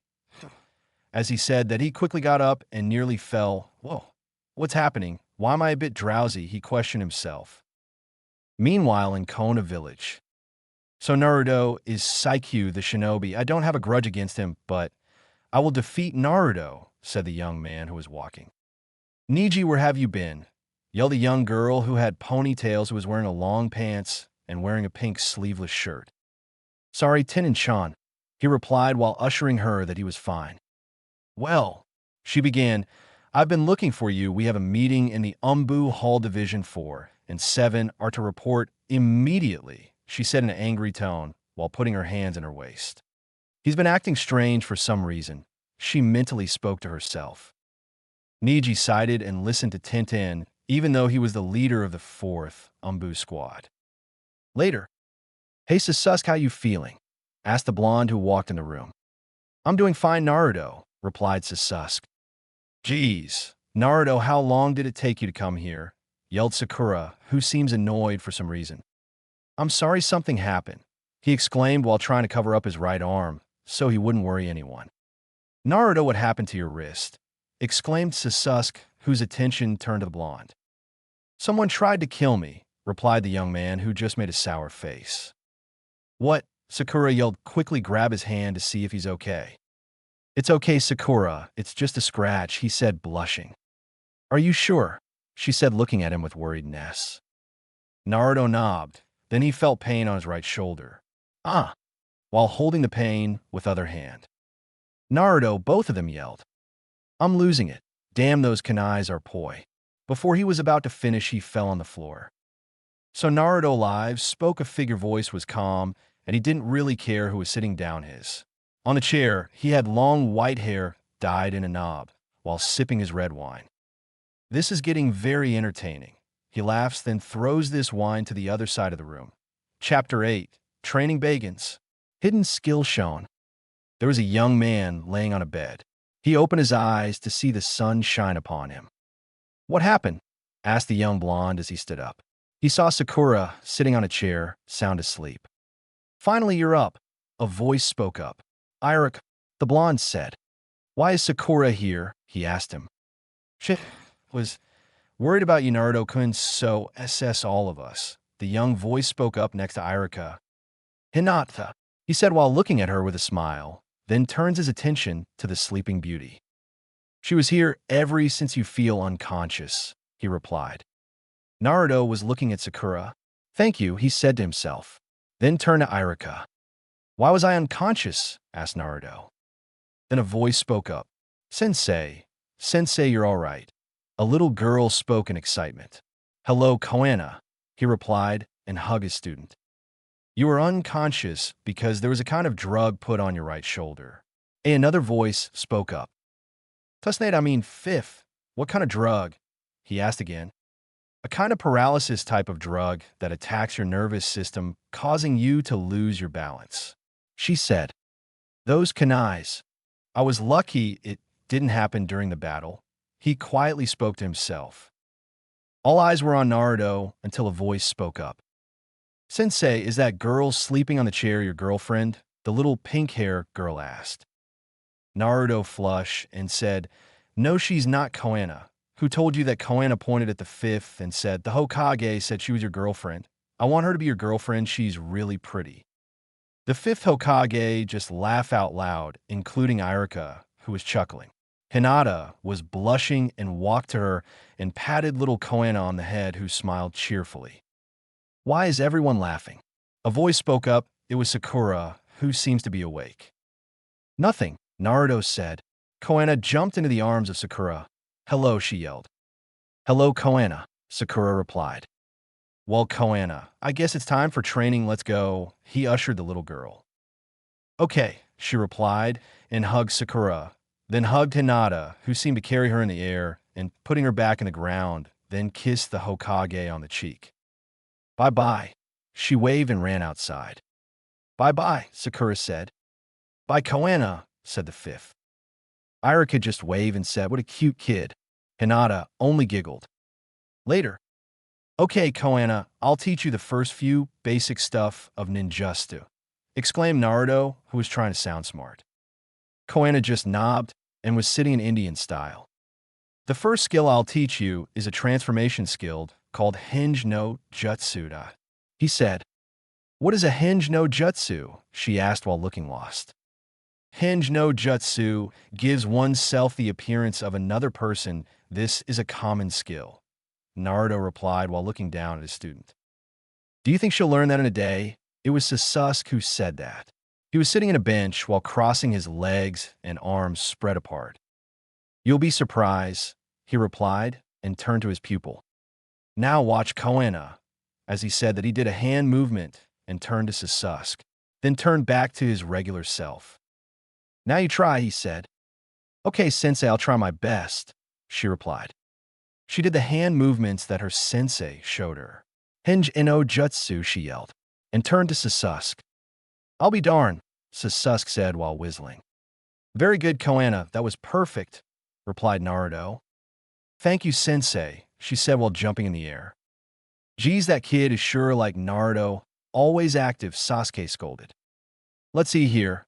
She posses the Sharingan. He mentally spoke to himself.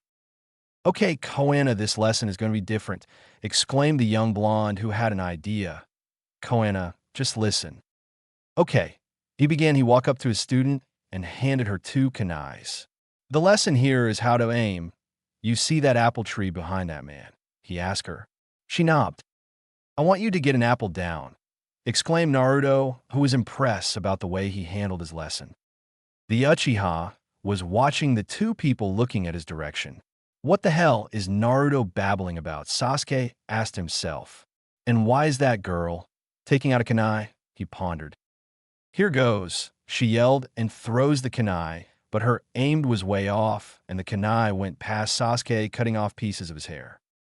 Sasuke turned and saw a kunai stuck on someone's back. It was Rock Lee on the ground trying to reach for the kunai. What the hell? He yelled and turned to see Koana ready to throw another kunai. Sorry about that, Sasuke, yelled Naruto from the other side, hiding behind a rock. Naruto, that kid almost killed me, he exclaimed in a shocking tone. She's practicing on her aiming, ushered Naruto, who was still behind the rock. Koana threw another kunai, but even faster than before. Sasuke's eyes grew big and ducked down. The kunai nearly missed him, but she was able to get an apple down. Yay, she yelled. I did it, Sensei, she said with excitement. Good job, he replied and patted her on the head. Naruto walked next to Sasuke and picked up the apple and bit it. Man, this apple is good, he exclaimed and walked over to the lying Jounin. Hey there, Lee. Let me help you, as Naruto said that he bent down and took out the kunai that was stuck on Rock Lee's back. Lee turned his back and looked up to see a smiling blonde. Naruto. He got up and turned his head left and right. Are we attack? He asked in enthusiasm. No, Lee. Well, my student was practicing on her aiming. Well, he apologized. Oh, well, then I have nothing to worry about. As Lee said that, he stood up and started stretching, then a beeping sound was heard. Lee looked down at his watch and said, Sorry, Naruto-kun. I'm in a hurry. As he said that, he was gone in a puff of smoke. The young blonde took another bite of his apple and stood up once again, then turned to his student. Okay, now for the next listen. He smiled. Later. Naruto, I'm going to get you for this. Sasuke spoke in a hurt tone. There was an apple on top of his head. Don't worry yourself, he said and turned to his student. Okay, Koana, I'll teach you something important after this if you manage to hit that apple off of Mr. Sasuke's head. He told his little student. Okay, she was getting ready to throw it. Wait, yelled Naruto as he hid behind a rock and showed a thumb sign. Go ahead, he yelled behind the rock. Then Koana resumed position. Sasuke was sweating badly. Naruto, I'm going to get you, he mentally spoke to himself. Here I go, yelled Koana and threw the kunai as hard as she can. Sasuke closed his eyes. Then he heard something hit the ground. As he opened his eyes and looked under him, it was an apple that used to be on his head, which is now laying on the ground. Good job, Koana. Now on the next lesson, yelled a voice. Koana just jumped up and down excitedly while running around her sensei. Naruto walked up to Sasuke and patted him on the back. That wasn't that bad. The blonde just grinned. Sasuke was breathing hard. That wasn't that bad, you say. He turned to Naruto and pounded him on the head. I'm not helping you in this training. I came here to watch, he replied and walked back to the bench. Naruto just scratched his head, then turned back to his student. Okay, Koana, this lesson will be hard, so pay attention, he began. Koana nodded, quietly, her eyes full of determination. This skill will be very hard, but you will not master this in one day. It will take a few months depending on your performance, he said. Learning this may help you acquire the speed you need and knowing the opponent's weakness and when to strike, he said. Koana just nodded. Let's see if I'm able to remember what Tenchi told me. Oh yeah, there you go. The blonde mentally spoke to himself and looks back as a student. Okay, I'll explain the 9 vital points of the body. Naruto explained. Sasuke was now listening, not taking off his eyes off of Naruto. The top of the head, the left and right shoulders, the left and right arms, the left and right sides of the waist, the groin, and the chest. These are the 9 vital points of the body. He finished. Now I'll show a demonstration, he said as he turned to the Uchiha. Sasuke, I need your help just this once, he asked him. He just nodded and walked to the 2. Okay, Koana, let's review. You hit these vital points and are focused to hit one at a time, replied Naruto. Koana, just listen with excitement. For this one, I will not use kunais, he said. Sasuke, try not to move. If you do, you will be in pain for a couple of weeks, exclaimed Naruto in a calm voice. Yeah, he replied and stood there. Now pay attention, Koana, he said to the little girl. With her Sharingan, she will see this move very clear. He mentally spoke to himself and put tight in his fist. I gotta see what kind of technique this is, he whispered to himself. Then his became Sharingan. Now here I go, I called this kunai, Kuzu-san, as he said that. Naruto dashed with incredible. Sasuke was shocked. There were 9 flashes heading straight for him. As the flashes passed Sasuke, the blonde landed with ease behind the Uchiha and stood up. Kunai Kuzuryu-san is an attack that hits all 9 vital points at the same time. He began, and turned to both Sasuke and Koana. If I were to use kunais, the opponent will be down in less than a second. Naruto was right as he demonstrated the attack. I saw all 9 strikes at the same time. Sasuke mentally spoke to himself. This technique was used and created by the strongest and most powerful of all swordsmanship, called the Hiten. He began while putting his arms on his head. I wonder how Tenchi know about that Hiten stuff thingy. Oh well, I'll ask him when I see him. That is, if I ever. He made a sour face, then turned to the 2 that was standing. Only those who posses the Byakugan or the Sharingan can see the attack coming. Naruto finish. Sasuke was shocked to hear what Naruto just said, and then turned to the child. Does she posses the Sharingan as well, he asked himself. Naruto walked up to his student and said, Koana, describe the attack you just saw, he asked with a grin. I saw 9 strikes all once, and that was so cool, sensei, she yelled while throwing her arms in the air with excitement. So you do posses the Sharingan, he replied. I guess so, she replied, not really knowing what a Sharingan is. Today's lesson is over. Tomorrow we start in the morning. Okay, Naruto patted her head. Okay, she said with a cheerful smile. But how do you like one of my coolest move? It's one of the slickest, Naruto said while doing a pose. When can I learn it? She asked in excitement. Well, I'm not sure, but I'll decide when you're ready. Hee, replied the blonde. Naruto, you demonstrated a skill, and yet you still show it off? You're still the same as back then. Sasuke, just walk away. Sasuke, that's why I chose her to be my student, he told him. Sasuke, just stop. You use that attack to see for sure that she does have the Sharingan. Am I right? Sasuke replied, then turned to the blonde. Man, Naruto, you could have just told me, he said.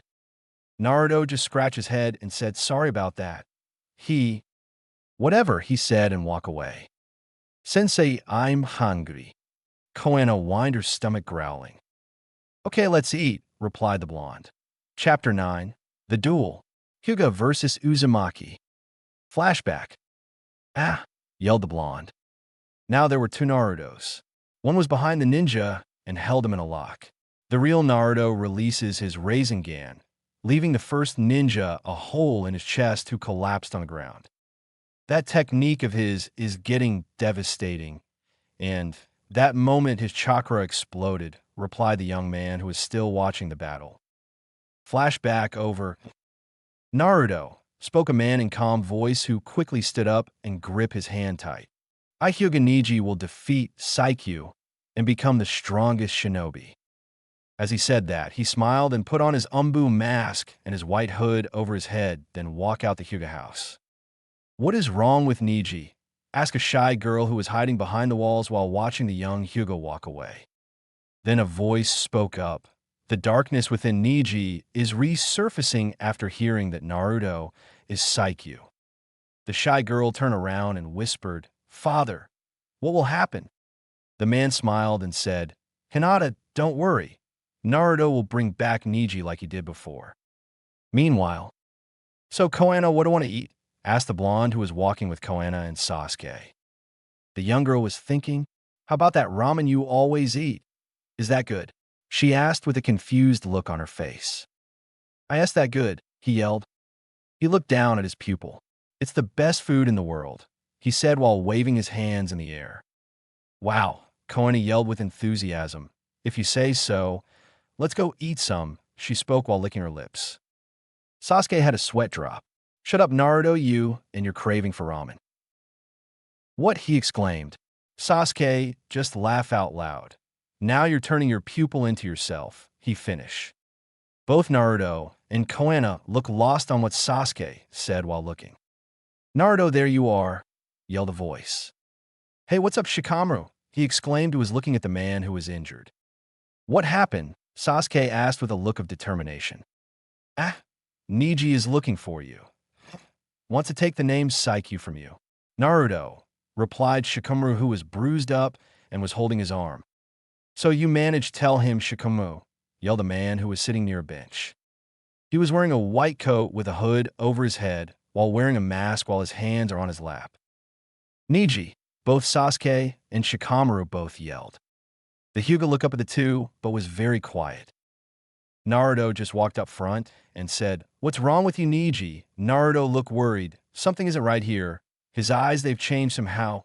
Can't be. Has it turned to Niji as well? He mentally spoke to himself. Niji just stood up and walked a little forward. A sinister grin was formed under that mask of his. Naruto, I finally know who you are, he said while pointing at the blonde. Naruto wasn't surprised, but he scolded to himself. Then, all of a sudden, Kakashi showed up, followed by Jiraiya. Hey, Naruto, what's going on here? Asked Kakashi. Kakashi stopped them from fighting, yelled a young voice. It was Hinata, followed behind by Sakura and Ino. Ichiman. The mirror ninja only replied, then looked his eyes at both Niji and Naruto. Stay out of this, Hinata, he yelled while looking straight at Naruto without taking his eyes of him. This doesn't concern you. It's between me and him, he finished. Only if Tenten were here right now, she whispered to herself while looking down at the ground. After hearing Hinata spoke, Niji took out his mask and threw it to the ground. Tenten is on a mission with Gai-sensei and Lee, so there's no one stopping me. He calmly spoke out loud. Hinata continued to stare to the ground while Sakura and Ino stayed close to her. Don't worry, Hinata. Naruto will bring back the Niji we know, ushered the pink-haired ninja. Naruto will do it, replied Ino, who winked at the shy Hyuga. I do not wish to fight you, exclaimed Naruto, who saw Niji's eyes twitch from his words. Naruto, listen up. Niji is different somehow. Shikamaru explained. The young blonde turned to face him. His pride is gone. All he wants is to be the strongest after he heard about you. The Shikamaru. I see, the blonde just replied. I will defeat you, Naruto. Yesterday I saw you fighting 4 specific ninjas who were to take your life, and you defeated them, at the same time hurting your right shoulder, he said with a smile. What? Sakura yelled out loud. Isn't that right, Saikyu the shinobi? He spoke out loud with a smile. Jiraiya was freaking out except for the others that already knew. What? Naruto is Saikyu, yelled the silver-haired man. Naruto, be careful, exclaimed Sakura, who was worried along with Ino and Hinata. Let us begin, Naruto, yelled Niji. Then come, Naruto replied. Both men leap at each other, punch and kicks everywhere. I see Naruto's every move, he said to himself. Naruto tired to punch, but was blocked by his right arm, then switched to a fighting position, hitting Naruto with a kick on his chest, then flipping up, hitting Naruto's jaw. Naruto regained his balance after Niji kicked him. Damn, I almost forgot that he has the Byakugan. He quietly spoke to himself, but Niji just grinned. Naruto charged again, but this time faster than before. Naruto's punch connected to Niji's chest, but something went wrong. Shit, I forgot about his, yelled Naruto. At the exact moment, he expels a large amount of chakra from all the chakra holes of his body. With that chakra, he nullifies Naruto's attack, and making his body spin like a top, he pushes the blonde's technique back at him with equal force, which sends Naruto crashing to the ground. Kaiten, whispered the young Hyuga after he stopped spinning. It's the best you can do, Saikyu, he replied. Kakashi, do something, yelled Sakura, who was looking at the fight. I can't do anything. This is not our fight anymore, replied Kakashi, who simply put up his head protector to reveal his Sharingan. Come on, Naruto, beat him, Sakura said to herself. Wake up, Naruto, spoke Neji, who took out 3 shurikens and threw it really fast at Naruto. Watch out, Sensei, yelled a very familiar voice. As the shuriken hit Naruto, his body became transparent. What the hell, yelled Neji. He looked around searching for Naruto. He shot his eyes open once again to activate his Byakugan. There, he yelled as he turned around to hit Naruto again, but his attack went through the blonde. Over here, yelled Naruto, who did a sweep kick knocking Neji on the ground, but Neji quickly got up and backflipped a few yards from the attacking blonde. How did Naruto do that? Asked Ino. Everyone became curious.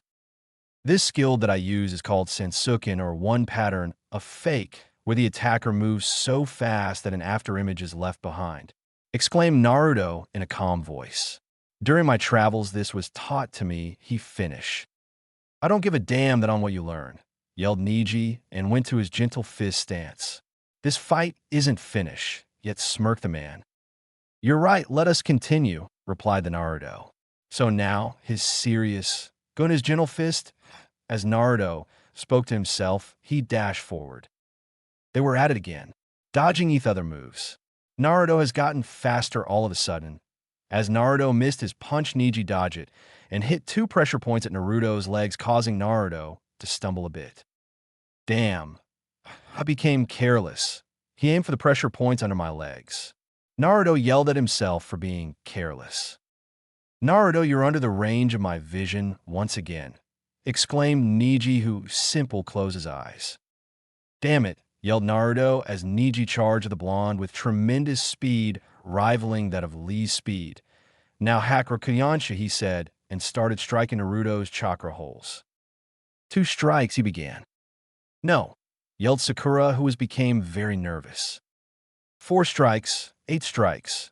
He spoke once again and continued striking. Hinata closed her eyes from the sight of Neji's ultimate technique. 16 strikes, 32 strikes, he exclaimed as Naruto was helpless again in the attack.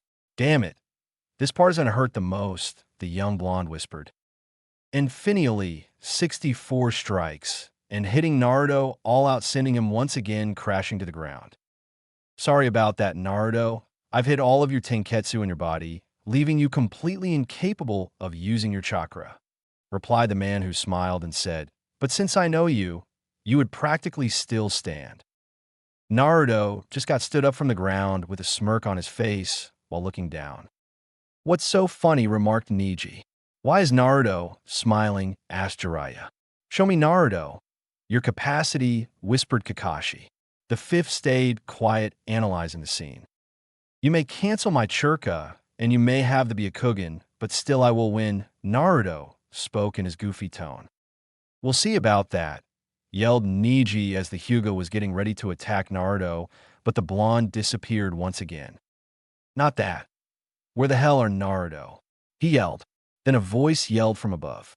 Up here, it was Naruto under the sun. He took out a kunai and said, Solar eclipsed no jutsu.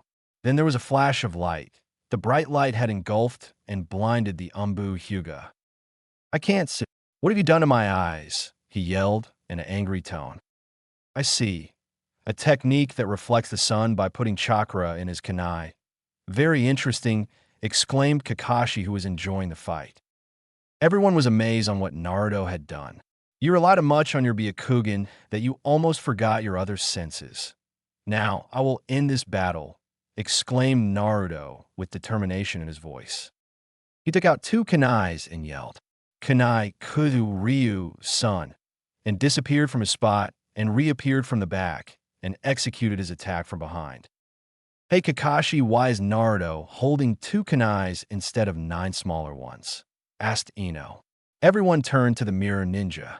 That's the other variation that Naruto told me a while ago of the kunai, Kuzuryu, going at high speeds, aiming for the back of the opponents, meaning the blind spot, he answered her. I see. They wouldn't react in time even if they were to sense or hear the attack, replied Sasuke, who only smirked. 9 flashes went straight at Neji. It was a speed of light that you see Naruto like a blur. Naruto, do it, yelled Sakura. Please, Naruto, bring back the Neji we know, yelled Hinata. Naruto's eyes shot right open, words ringing in his ear. Sakura. Hinata, he said to himself, I will bring back Neji with this technique, he thought to himself. As the attack hit Neji dead on, the technique penetrated and hit Neji so hard he was yelling in pain. What? His speed decreased a bit, spoke Kakashi in a surprised tone. Now the attack was completed. Neji was on his knees. Some parts of his clothes were ripped from Naruto's attack. I lost to Saikyu the shinobi. Naruto stood up and said, I left that name a long time ago now. I'm just Uzumaki Naruto. And I am Hyuga Neji of the Leaf Village. Then he collapsed on the ground. Naruto, by getting hit with that attack, I now understand. You brought me back from the darkness that once consumed. He thought to himself and smiled, then losing his consciousness. Naruto, you killed him, yelled both Ino and Sakura. Naruto just grinned and said, Nope, he's still here. They were dumbfounded. Naruto decreased his speed at the last moment. To lessen the force, replied Kakashi, who took out his favorite book. Naruto is really Saikyu the shinobi. What secrets and knowledge does he possess? Replied the fifth. She walked up to Naruto and kissed him in the forehead. You change, you know that, she said with a grin. Yup, replied Naruto. Sensei, can we please eat now? Yelled her student. Okay, let's go. Ramen, here we come. Chapter 10. Appearance. Enemy revealed. Part 1. So Naruto, who taught you that skill? Asked Sasuke, who was sitting in a corner of the 5th's Hokage's place. Well, it was taught to me by a person. He was a master of the art taijutsu, so I asked him to teach me the technique, which is called sensuken, meaning one pattern. Exclaimed Naruto, who ate more ramen. Was it easy or hard to learn? Asked Shikamaru, who was bored as hell. Was it hard to learn, sensei? The little girl spoke up in a cute tone. Flashback, how long do I have to wear this? Or, replied a young Naruto, who was wearing no shirt, showing scratches around his upper body. He was hooked up with chains of rocks, weighing 100 pounds on both his legs and arms, and one on his back. He was walking inch after inch. A rock flew and hit his head. Shut the hell up, boy, yelled a voice. Hey, what was that for? Exclaimed Naruto with bump on his head. If you want to learn this technique, you must move with those rocks as your normal speed was before you put on those rocks, replied the man. He had a cigar on his mouth and wearing a headband, who was sitting Indian style next to a campfire and a bottle of sake beside him. He had brown hair and was wearing a white bandages, while on the outside, he was wearing a black GI. Man, that'll take forever, whined the young Naruto. Another rock hit his head. Stop complaining, you fool, yelled the man who drank a bottle of sake. I'll show you, yelled Naruto. Hey, shut up, boy, I am drinking sake here, yelled the angry man. Flashback over. Well, it was kind of hard, replied Naruto, who had a sweat drop down his head. Whatever you say, Naruto, spoke the sliver-haired ninja, who stand up, followed by Sasuke. Hey, where are you guys going? Asked Naruto. Me and Sasuke are sent in a mission to take care of stuff. We'll be gone for a couple of hours, exclaimed Kakashi. Both walk out the door. Hey, Naruto, you should see Neji, told Sakura. Maybe I will, he said, and turned to look at his young pupil. Koena, after I return, will have a few lessons today. Koena just nodded. Be good to Annie, Sakura, exclaimed Naruto, who walked out the door. What to get back here, Naruto? Yelled Sakura, who threw a bowl of ramen to Naruto's head, but barely hit him. That was close, he mentally spoke to himself. There he goes. Those are the last words from Shikamaru. I wonder why Neji's eyes are cold-blooded with power. I wonder. Naruto spoke to himself while walking. Then a voice spoke up. Hello, Mr. Naruto. It was a young boy who looked to be 8 years old. He was wearing a headband with black spiky hair while wearing a blue jacket and dark pants. He looks like Kohana's age, he mentally spoke to himself. Hey kid, replied Naruto, who walked up to the young boy and bended down to his height. Will I ever be a Hokage? He asked in a worried tone. The blonde just smiled and said, remember to always follow your dream no matter what. Believing on yourself can make things happen, exclaimed Naruto. The young boy just smiled, but they were unaware that someone was watching them. Uzumaki, not.ru. To spoke a voice in a quiet tone. Okay, thank you. By Mr. Naruto, said the young boy who waved and walked away. Naruto stood up and said, Hey kid, what's your name? The name's Juro, the boy replied, then walk off. Naruto smiled to himself and left in a flash. All of a sudden, the treetops of the leaves moved. There was a dark figure standing in front of the boy. As the boy was going to scream, both the dark figure and the boy disappeared without a trace. At the ninja hospital. So, is he Hinata? Asked Naruto, who just walked in the door. Hinata just smiled and said, He'll be fine, Naruto. Naruto just spoke in a clam voice. That's good to hear. Hinata turned and looked at Naruto, but she was hesitant to talk. Naruto, why did Niji change like that? He became more aggressive. She asked him. Naruto stayed silent for a moment, looking at Niji, who was sound asleep. He was an obsession for power, to become greater, he began.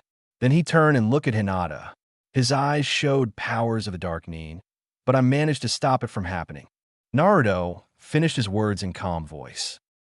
Hinata was relieved, then asked a question. Has it ever happened to you, Naruto? Naruto was shocked on what Hinata just said. Flashback, Gray, yelled a young Naruto, who was enraged. His eyes were fiery red. What the hell? Yelled one of the enemy shinobis. There looked to be around 14. With a blink, Naruto was gone. 7 shinobis were killed least in a sec, then a voice yelled out from a field of fires. Naruto, stop this, yelled a man. His hair was straight up while wearing a purple bandana. He was also wearing a purple GI. Naruto, don't become a dark Nin. 10. Chi, replied Naruto, who was being consumed by the dark powers of ninjutsu. I will end this and bring you back. Kanai Kuzuryu, son, yelled the man. Then there was a flash of bright light. Flashback over. I almost became a dark Nin, he said and smiled at Hinata. Hinata just nodded. I'll be leaving now, Hinata, he said and walked out the door. Hinata just stayed silent. And I will no longer be consumed by the darkness, he mentally spoke to himself before he left. Later, as Naruto was walking back, he saw a crowd in a nearby tree where he was before. What happened here? He asked himself. Then he saw something carved on the tree trunk. I have a child. Shinobi. What the hell, it can't be. Then something caught his eye. Arrow tried to hit Naruto, but he caught. It was a message. Naruto read it and yelled, damn. For minutes, as he said that he'd disappear with lightning speed. In the forest, there was a man in a dark uniform sitting under a tree. He has pure black hair that goes down up to his cheek. He was wearing a head protector with a symbol on it. The symbol looked to be a crescent moon in 90 degrees going down, but was wearing a ninja mask only showing his red dark ninja eyes. Then a stick crack. The stranger then spoke up without looking up or turning his head. Took you this long? Uzumaki. The young blonde walked forward and said, Where's the kid? The stranger pointed upward and said, If you don't defeat me, the child dies. As he said that, he stood up. There stood a child on top of the tree, unconscious, covered by silk, made of churka, hanging there like a cocoon. Tell me what's going on here, exclaimed Naruto, who was very frustrated. The man just chuckled and looks up, revealing his eyes. What the hell is eyes? Can he be a dark Nin? He mentally spoke to himself. If you're wondering, I am a dark Nin sent by the leader of the Koi Senshi. You might have heard of him. He began, then took out large doll from his back and said, His name is me, Tsuki. Those words shocked Naruto. It can't be Mizuki. I thought he was exiled, Naruto yelled. You thought wrong. He managed to escape with the Kage Bunshin technique. then was able to reach the far-out reaches from this plane, replied the stranger. Who are you, and tell me more about Mizuki? Asked the young blonde. I will not tell you unless you manage to defeat me. Oh, by the way, my name is Nahatsu, the ninja of puppets, as he said that another large doll pop out of nowhere. Those are Karasu's, exclaimed Naruto. Nahatsu controlled the first doll with blinding speed. Naruto dodged it. The first doll looks to have 2 feet long ass nails. The other doll looked the same, but had no armaments on it. How is he controlling 2 Karasus at the same time that he doesn't have that much chakra? The blonde mentally spoke to himself. Second doll Kanai spit, remarked Nahatsu, who controlled the second doll who spat out around 10 Kanais. Naruto quickly dodged it and stepped forward and took out a couple of shurikens and threw to the doll that spat out the Kanais.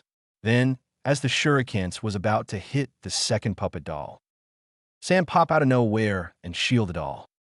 What's going on here? That's the Suna Bunshin, replied Naruto. Nahatsu just chuckled and said, I have another puppet right behind you.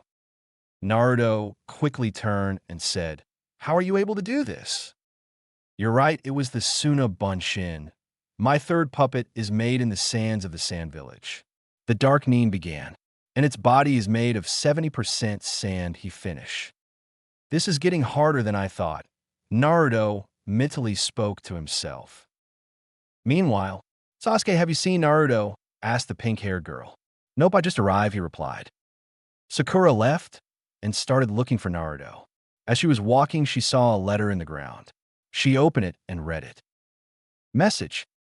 Uzumaki Naruto, I have the child meet me in 45 minutes in the large forest. If you don't, the child dies, and more will perish. What? Yelled Sakura. In the forest, the battle rages on attack after attack. Damn now, he has more Karasus. How the hell can he control all those? Naruto mentally spoke to himself. You can't win Uzumaki. I don't care if you are Saikyu. It's just a name given to you, he exclaimed. One of the dolls attacked with blinding speed with his claws wide open. Then another jumped from tree to tree, throwing kunais everywhere. The attack of the first doll slashed Naruto on the back, but he managed to block the second attack and swipes kick, knocking down the doll. Then he dodges more of the kunais. Naruto just did back flips, invading the kunais, then landing. How many kunais does it have? The young blonde asked himself as he dodged another. Give up, you can't win against 8 Karasus, exclaimed the man. Then Naruto disappeared. Then reappears behind Nahatsu. If I can't beat the puppets one by one, then I'll go straight for the source, exclaimed Naruto, who attacked the Dark Nin from behind. You think so, he replied. As Naruto was going to strike, something happened. He was knocked off balance by a blast of fire and was sent flying to a nearby tree. What the? Replied the young blonde in a questioning tone. His right arm was hit the hardest. Then look up, and something caught his eyes. One of the puppets performed a jutsu. What the Keton Hausenka? Spoke Naruto in a shocked tone. Yes, or should I say mythical fire flower of the Hidden Leaf Village, replied the man. Remember, you're now the only ninja with extremely advanced skills. I too poses, he said, and all of his puppets appeared behind him, waiting for his order. Remember, you were called Saikyu the Shinobi, he began. But don't forget you're not the only one, cause I was called the ninja of puppets master in the dark arts of using Karasus to its true potential. He finished. Naruto stood up while holding his right arm. I will spare you for now. As Nahatsu said that he snapped his finger, the silk of chakra around the kidnapped boy was gone, and the boy falls down from the tree and landing quite hard and wakes up a little from the fall. Tell me why. Why did you release the kid? Asked Naruto in a serious tone. He was still injured from the burn on his arm. You couldn't save this child, so I will let him go. He turned around and snapped his fingers again, and his puppets disappear, leaving only one left laying on the ground. He turns to look at Naruto. His left eye isn't red anymore, but blue. Why? Naruto asked himself. Uzumaki, I will return in 2 days at this same spot. I'm giving you time to prepare, so be there, he said, and continued. If you manage not to show up, then children will perish in the Leaf Village. Wait, yelled Naruto. Then all of a sudden the Dark Nin threw a couple of kunais at Naruto, hitting both of his thighs and one on his burned shoulder. The rest of the weapons missed. "I'll be waiting," as he said that the Dark Nin disappeared into the trees with his karasu. Naruto just collapsed on the ground, who became unconscious. "Mr. Naruto, wake up," yelled a boy. Chapter 11, Appearance. Enemy revealed. Part 2. Last time. Uzumaki, I will return in 2 days at this same spot. I'm giving you time to prepare, so be there, he said, and continued. If you manage not to show up, then children will perish in the Leaf Village. Wait, yelled Naruto. Then all of a sudden the Dark Nin threw a couple of kunais at Naruto, hitting both of his thighs and one on his burned shoulder. The rest of the weapons missed. "I'll be waiting," as he said that the Dark Nin disappeared into the trees with his karasu. Naruto just collapsed on the ground, who was unconscious. "Mr. Naruto, wake up," yelled a boy. "Naruto, Naruto, where are you?"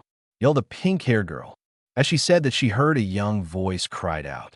She continued to follow the sound, then came to a stop. "Are you all right, Jiro?" asked Sakura, who checked to see the boy is all right. "I'm fine, what about Naruto?" he replied. "At the ninja hospital. So how is Naruto doing?" asked Sakura, who was quite nervous. "He'll be fine, but his right shoulder got hit the hardest," said the fifth and turned to look at Naruto. "His shoulder got a second-degree burn." She finished. There stood Naruto on the bed, sleeping peacefully with bandages wrapped around him. Then a young voice cried out, "Sensei, please wake up." It was Koena, then turned to look at Sakura. Then Kohana's eyes started to get watery, and then she cried and hugged Sakura. There, Koena," said Sakura, who patted her back. "So who did this to Naruto?" spoke an unknown voice. The fifth and Sakura turned to see Sasuke leaning on the side of the wall with his arm crossed. "He's becoming more like Kakashi," the fifth mentally spoke to herself. Sakura stayed silent. Then a little voice spoke up. "I kind of know what happened," exclaimed the little boy. "Dream. Where am I?" spoke the voice of Naruto. Then a voice yelled out, "Hey Naruto, are you going to lay there the whole day, or what?" "Ms. Kageaki," replied Naruto in a quiet tone. She looks around 29 years old. She has long white hair with strands of blue. She has light blue eyes. She was wearing a white GI, and in the inside, she was wearing blue. "Come on, Naruto, you said you wanted to learn this, so Kidan," she replied with a smile. There stood a young version of Naruto, standing up. "But it's hard to control it," he exclaimed. "So Kidan forms an energy bomb in your hand, made up of chakra, then you can control the bomb with your thoughts and hand movements. You must be one with yourself and use your chakra as part of you, and then whatever you say, you can make it go which direction you want," replied the young lady. "Meanwhile, Nahatsu, was it wise to let your target get away?" spoke a man in long white hair, drinking wine, but his face was covered by the shadow of the room. "I want to defeat him with 100% power of my karasus," he said while looking at the ground without even moving an inch. The man smiled and sipped a little of his wine and said, "As you wish, the ninja of puppets." "Back at the ninja hospital, LOL. So that's what really happened," spoke Sasuke in a serious tone. "This Nahatsu, I have heard of him," spoke the fifth, then turned to look out the window. He was known as the ninja of puppets, normally known as the puppet master. She said, and look at the others. He has the ability to use over 20 karasus at once, and he was part of the massacre at the Battle of Mount High. She finished. "So how come he's after Naruto?" asked Sakura, who spoke in a soft tone. "But I didn't tell them everything," the young boy spoke mentally to himself. Sakaru, can I go outside?" he asked. "Sure, and take Koena with you," she exclaimed. Outside, there was Koena sitting Indian style on the grass, and a young boy named Jiro who was laying on the grass next to Koena. "Hey, Koena, I didn't tell everything," he said. "What do you mean?" she asked. "The truth," he said and stood up and turned to look at her. "Mr. Naruto has to fight this guy by tomorrow, and if he doesn't, all the kids in Leaf Village will die." He finished. "Sensei is still asleep. How can he fight this guy?" asked Koena in a cute tone. Easy, said Jiro. He stood up and put his fist in the air. We'll look for this guy, and we'll fight him and beat the crap out of him, he said with excitement. If we're going to fight him tomorrow, should we train or something? She asked. Well then, let's begin the training, he exclaimed. Training? Both Koana and Jiro were fighting each other. Punch after punch and kick after kick. Koana punched Jiro, but sidestep and moves behind Koana. He tried to punch Koana on the back. She blocked it with shoulder, then slips away from the attack and hits Jiro on the gut with her left fist. Man, you're pretty tough, Koana, he exclaimed with a smile. Yeah, you too, she replied. And they both continued their training. The next morning, Uzumaki will be here soon, spoke the man who was sitting near a tree. Something caught his eye as a kunai seemed to pass over his head. And then another kunai hit the tree. It was Naruto. He took a step forward and said, I have come as I promise. Nahatsu just stayed quiet and stood up dusting his outfit. Silly tricks don't work on me, he exclaimed. What do you mean? Yelled Naruto, who was sweating badly. Let's just say a bunch of kids think they can beat me, he said with a smile. Hinge no jutsu, isn't it? What? Yelled Naruto. The transformation has wore off. There stood two kids, Jiro on the bottom and Koana on top of him. Jiro looks up at Koana. See that you had a mist, he told. But it's not my fault you can't do the Hinge no jutsu, she yelled back. She jumped down from Jiro. So where is Naruto? The man asked. He's not here and will be your opponent, yelled the boy who was doing a pose. Koana just got a sweat drop. The man just chuckled and said, You're pretty confident. Let's see if you can hit me, he said. Koana just got in position and took out a couple of kunais and threw it as hard as she can. But the dark nin just stayed there. The kunais just miss him, it wasn't even close. Oh man, she yelled. Then out of nowhere a bird fell from a tree, then a rabbit popped out from the bushes with a kunai in its forehead. Then it fell on the ground lifeless. Everyone had a sweat drop. It's that the best you can do, little girl, said the man who only chuckled with amusement. Nope, that's just a warm-up, she said. Koana then turned to Jiro and winked at him. Ready, she exclaimed. Jiro just grinned and nodded his head. 1, said Koana, who went into fighting position. 2, exclaimed Jiro, who also went into fighting position. 3, both of them yelled at the same and dashed forward at Nahatsu. Dream. That's it, Naruto, you got it, yelled the woman. Naruto was concentration all of his chakra into a ball. Remember Naruto, it's the same as the Rasengan, she exclaimed. Then Naruto, eyes shot open after hearing the word Rasengan. It's the same, he said to himself. Now, so Kidan, yelled Naruto, who sent the chakra ball into the air. Then now he was able to control with his thoughts and hand movements. Naruto shifts his hands up and down, making the ball move in vertical direction, then followed by a horizontal control aiming for a boulder. As the ball hit the rock, it exploded with so much power it was earth-shattering. Dream over. Then Naruto's eyes shot wide open, and he then stood up holding his head. Where am I? He exclaimed. Oh, you're awake, Naruto, spoke a voice. Hi, Sakura, where's Koana and that boy Jiro? He asked, but in a low tone. He was still tired. I don't know, they said they went to do something, she said, thinking about Jiro and Koana. Then a thought came across here, and she giggled. How long was I asleep? He asked.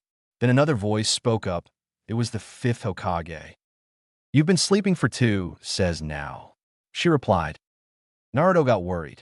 Did Jiro say anything about meeting with some in 2 days? To tell you the truth, he told us about what happened to you, but didn't say anything about meeting someone. Sakura replied, who was sitting in a nearby tree. What? It can't be, exclaimed Naruto. He stood up but fell down back. Sakura ran to him and said, But you're still weak. I must look for them. They're fighting the ninja of puppets, he said. Forest. Man, not another doll, yelled Koana, who was holding more kunais in her hand. The man just chuckled. Now that there were 5 Karasus, all of a sudden, one of the puppets dashed straight for Jiro and punches him in the jaw, knocking behind Koana. You two can't defeat me. Give up, he said. The boy stood up and wiped the blood off his lip and said, "Me and Koena will never give up." As he said that, a Karasu was in front of him who raises its leg and kicks down. Jiro puts his arms out above his head in a cross and catches the attack. "What?" yelled the Dark Nin. Jiro just smirked and breaks the leg of the giant doll. "Why, you little brat?" remarked the Dark Nin. The boy just smirked. "Bunshin no jutsu." There are now 3 Jiros, and he dashes forward. "You think that technique can help you?" "Karasa doll number 2, he began and points at the boy. "Katan Hao Senka." As he said that, the doll performs a jutsu and shoots multiple targets at the boy, but the fireball. Katan Hao Senka, a jutsu which fires several balls of fire from the mouth at one's target. "A trick!" exclaimed the Dark Nin as he said that a dozen of kunais came out of nowhere, taking the Karasu's head off and the rest of its body. There was a girl who just landing on the ground while holding more kunais with a smile. "You didn't forget me, did you?" spoke the girl with a cute tone. "And me too," yelled another voice who kicked through a body of Karasu. "How did he get there?" he said, turning his head to find the boy attack his puppet. "We took out a couple of your stupid dolls," grinned the boy who was proud. Nohatsu just chuckled with himself. "You think so, boy?" He then turned around and walked slowly back away, then turned his head, showing his dark red eyes. "It's just the beginning," as he said that, he snapped his finger. A dozen of Karasus appeared from nowhere, coming out from trees, bushes, rocks, and even emerging from the ground and the air. Both Koena and Jiro became very nervous and walked close to each other facing their backs. "You're surrounded. I didn't plan on killing little kids today, but your time is up," as he said that. All the dolls plunge in a full-out attack. Jiro closed his eyes and Koena just yelled, "Sensei." Then explosion was mad. Something isn't right here, he asked himself. As the dust cleared, there was no bodies. Looking for them, a voice yelled out. Nohatsu just spoke without turning his head. "What took you Uzumaki?" he remarked. "How did that Naruto rescued the 2 brats? I didn't even see him or sense him." He mentally spoke to himself. "Just a little couple of problems," the blonde replied. "Wow, we're okay, Koena," he said while laying on the grass out of breath. Koena just nodded with relief. "Let us begin the battle," exclaimed Naruto. He did a couple of hand movements and yells out, "Kage Bunshin no Jutsu." Now there were 5 Narutos. The 2 kids were amazed. "Them come Leaf Ninja," remarked Nahatsu, who sent his puppets to take Naruto down. The first puppet threw 3 large shuriken at one of the Narutos. Dodge left, then right, then up. The Naruto clone spoke to itself. "Now catch the shuriken." Naruto then caught the shuriken under him, flips in the air, touring his body and throwing it behind him where another puppet was slicing its torso in half. "Now," yelled the real Naruto, who was gathering chakra in his palms. "What the hell is he doing?" Nahatsu spoke to himself. The 2 kids were stunned on watching the battle. But Jiro had stars in his eyes and Koena was speechless. As Naruto got the chakra he wanted, Nahatsu was becoming to be more impatient. "I'll bring you death, Uzumaki." He called all the dolls together. Numbers 6 and 8 performed jutsus, Katan Karyuenden. Fire type, Fire Dragon Flame Blast, meaning Katan Karyuenden. This jutsu sends a huge ball of fire, shaped as a dragon, from the user's mouth. The attack of the Fire Dragon Flame Blast tried to engulf Naruto, but he dodged it by jumping straight up. As Naruto was in the air, he made a grin. "Now this ends," he yelled. Now the chakra in Naruto's hands turned to a ball, and he threw it with extreme speed downwards at the Karasus. "You think you won?" Nahatsu yelled. "Karasu's full power, Katan Karyuenden," he yelled. He transferred most of his chakra into all of his dolls, unleashing a massive force of power. "Don't forget, Uzumaki, I'm the master of Karasus," he yelled. "Well, not anymore," yelled Naruto from above. The chakra ball came crashing down with extreme speed. It went through the Katan Karyuenden. "Impossible," spoke the Dark Nin. "So Kiden explosive now," yelled Naruto, who gripped his hand tight. The ball exploded with tremendous power, destroying everything. as the light cleared and the dust becoming to move away. There was a crater in the middle where once the dolls stood there. Uzumaki, I will not be defeated just yet. He stood up holding his left arm, and his ninja mask was removed because of the explosion. Sorry, this ends now, as he said that the shadow clones were right behind Naruto. The first two kick on the left and right sides of the Dark Nin, then another clone elbows the chest, then another uppercuts him in the air. While in the air, the real Naruto knocks the Dark Nin with a massive attack, sending straight back to the ground. As Naruto landed, the other clones disappeared. Naruto turned to the kids and asked, "Hey, you two okay?" "Yup," replied Jiro. "Sensei, what do you call that attack that you did just now?" Koana asked with excitement. "That's one of my favorite all-time moves, the Uzumaki Naruto combo," he replied with a grin. Flashback. "I did it," he said in a soft tone, who was out of breath. Then clapping was heard. "Very good, Naruto." The woman was pleased and just giggled. "Thank you, Ms. Kageyaki, for teaching me this new jutsu to me," he said with a grin. "You're welcome, Naruto, and to tell you the truth, you're the only one that I ever taught the technique to," she replied with a giggle. "I will not let you down," Naruto spoke in a proud voice. "You won't," exclaimed the woman, who patted Naruto on the head. "If you ever need anything, come visit me," exclaimed Ms. Kageyaki. Flashback over. "Well, thank you later, Ms. Kageyaki," he mentally spoke to himself. "Hey, Naruto, you here?" yelled a feminine voice. Chapter 12. Into the Puppet, the story. "Hey, Naruto, you here?" yelled a feminine voice. The young blonde turned around with a little grin in his face. "Hey, Sakura, how you doing?" "Naruto, where have you been? You're still injured," yelled Sakura, who was very worried. Then something caught her as she saw the kids and the ninja of puppets, Nahatsu, who was laying on the ground motionless. "What happened here?" she asked with wonder. "Prime Juzda," Naruto began, but was cut off by the sound of two kids running. "Mr. Naruto defeated the puppet guy," said Jiro, who was very excited. "Yeah, you could have seen Sensei in action," said Koana, who was hugging Sakura. "Oh, really?" she began and looked up at Naruto. "You have a lot of explaining to do," she finished. Naruto nodded and walked over to the ninja, who was breathing uneasily. "So tell me about Mizuki," asked Naruto, who looked down with pity. "Is it Maki? You're truly a great ninja that you—" "Ahar," he began and turned his head to the other direction, which showed a white flower.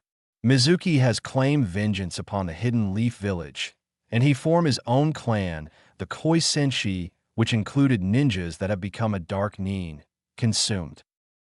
He lifted his arm and took the flower off the ground. "What beauty it has, doesn't?" he said, and looked at Naruto. Naruto nodded and listened patiently.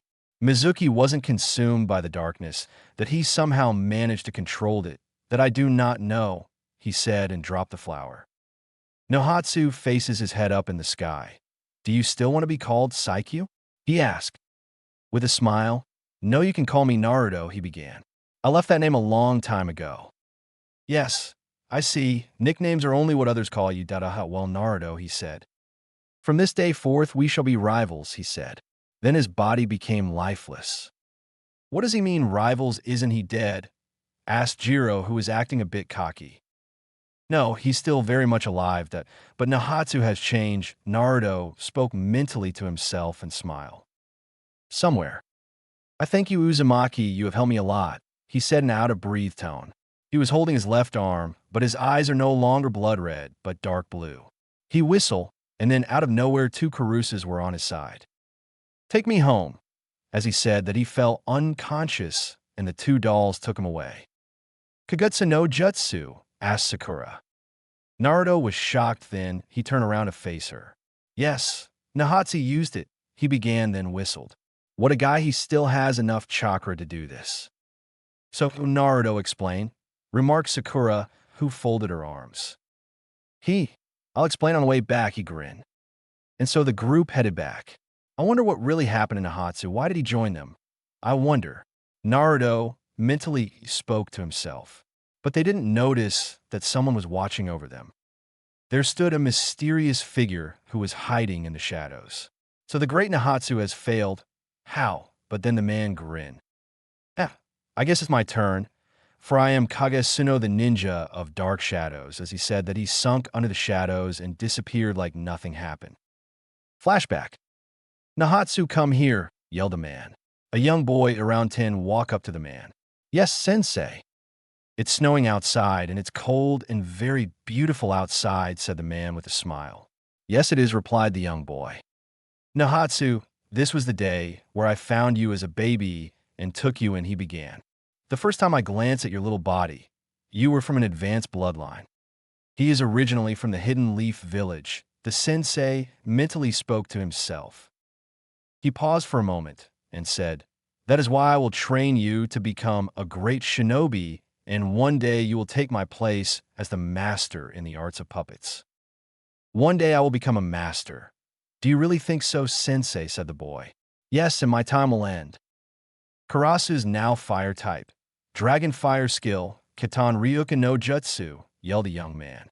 7 puppets purr from the jutsus and unleash a devastating fire, burning alive bandits. Only at the age 13, he can control over 10 Karasus at once. Now at the age 15, he can control Karasus and have them perform jutsus. His skills has dramatically improved. Nahatsu, come here, spoke a man who was out of breath and is laying on a bed. Yes, sensei, he said in a sad tone. This is my time to go, he said, and made a small smile. No, sensei, not yet, please, cried the teen. Now you are the master that will carry on the legacy of the master of puppets like I once had. Then, at his last breath, make me proud. I will make you proud. He was holding his sensei's hand. Now, I'm a master of the puppets. 3 years has passed, and the Nahatsu has changed later. He was consumed by the darkness. Then the massacre of Mount High has begun. Karasu shed blood to these undefined fools who think they can change the world. The blood has been spilled and deaths of thousands of shinobis has been done. Flashback. Oh, I had a flashback, spoke the ninja. He was holding his head, showing his blue eyes. Sensei, I have been led to my beliefs, and that's when I got consumed. I am very sorry, sensei. Then Nahatsu suddenly stood up from his bed. Since I have failed, it's Kagesuno's turn, as he said that he frowned. Not good. I must tell Uzumaki. Meanwhile, so that's what really happened, Naruto, remarks Sasuke. Yups, and Naruto continued to eat more ramen. Kohana and Jiro, I can't believe you guys ran off to fight that man. Do you know who he is? Yelled Sakura, who was very angry. We're sorry, they both put on sad faces. Come on, Sakura, you gotta give them credit, replied Naruto. Okay, just this once I'll let you two off, yelled Sakura, who was putting her hands in her waist. Why they both scream. Somewhere a stranger is walking into the village. Yeah, I haven't been in this village for over 22 years, he began. I guess the fun will start soon.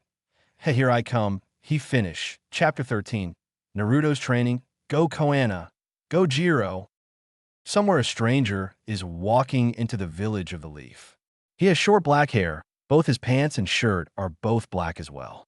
His eyes are crimson red that shows a gleam of terror.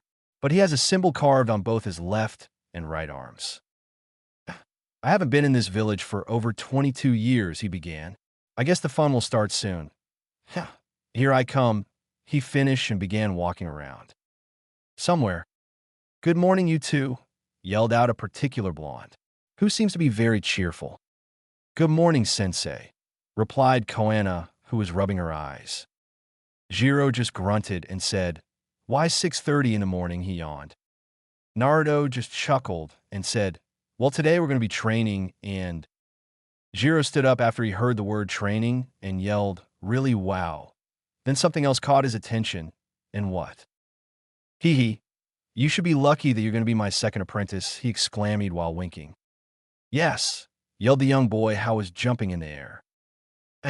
Now I won't be alone, remarked Koana, who just simply simulated. Jiro just chuckled and gave Koana a high five and said, Hey, teammate. Well, now that's said and done, we're going to begin our training, exclaimed Naruto, who cut both his students. Now listen carefully. He began. This will be a 2-on-1 battle, and I will test your performance from there and to see your mistakes and your skills to be improved.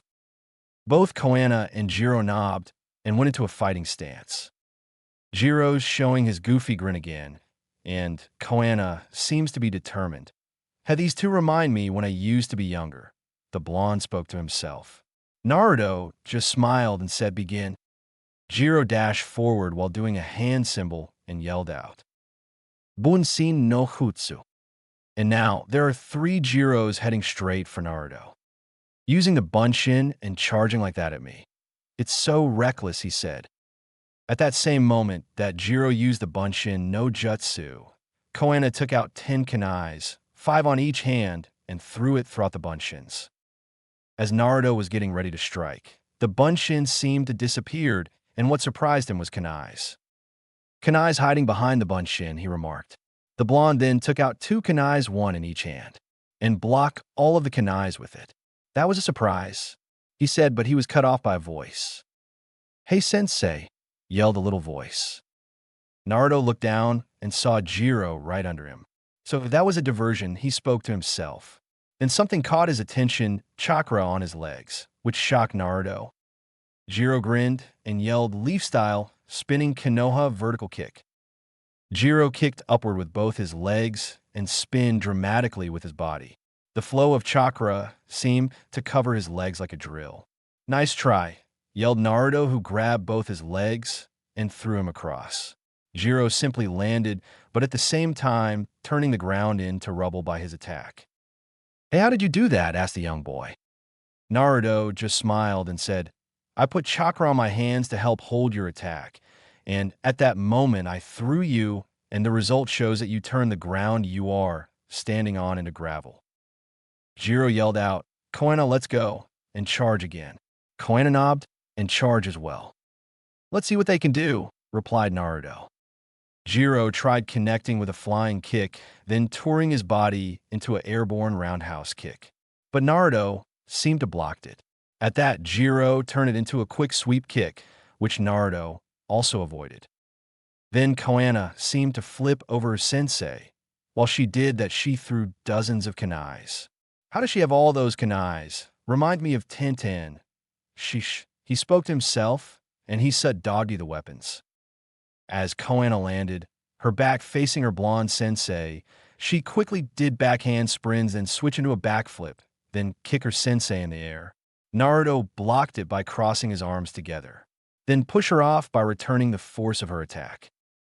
Jiro appeared behind Naruto and tried to punch him, but he quickly ducked down, grabbed Jiro's arms, and threw him towards Koana. "Wha!" yelled the young boy who was flying straight to Koana.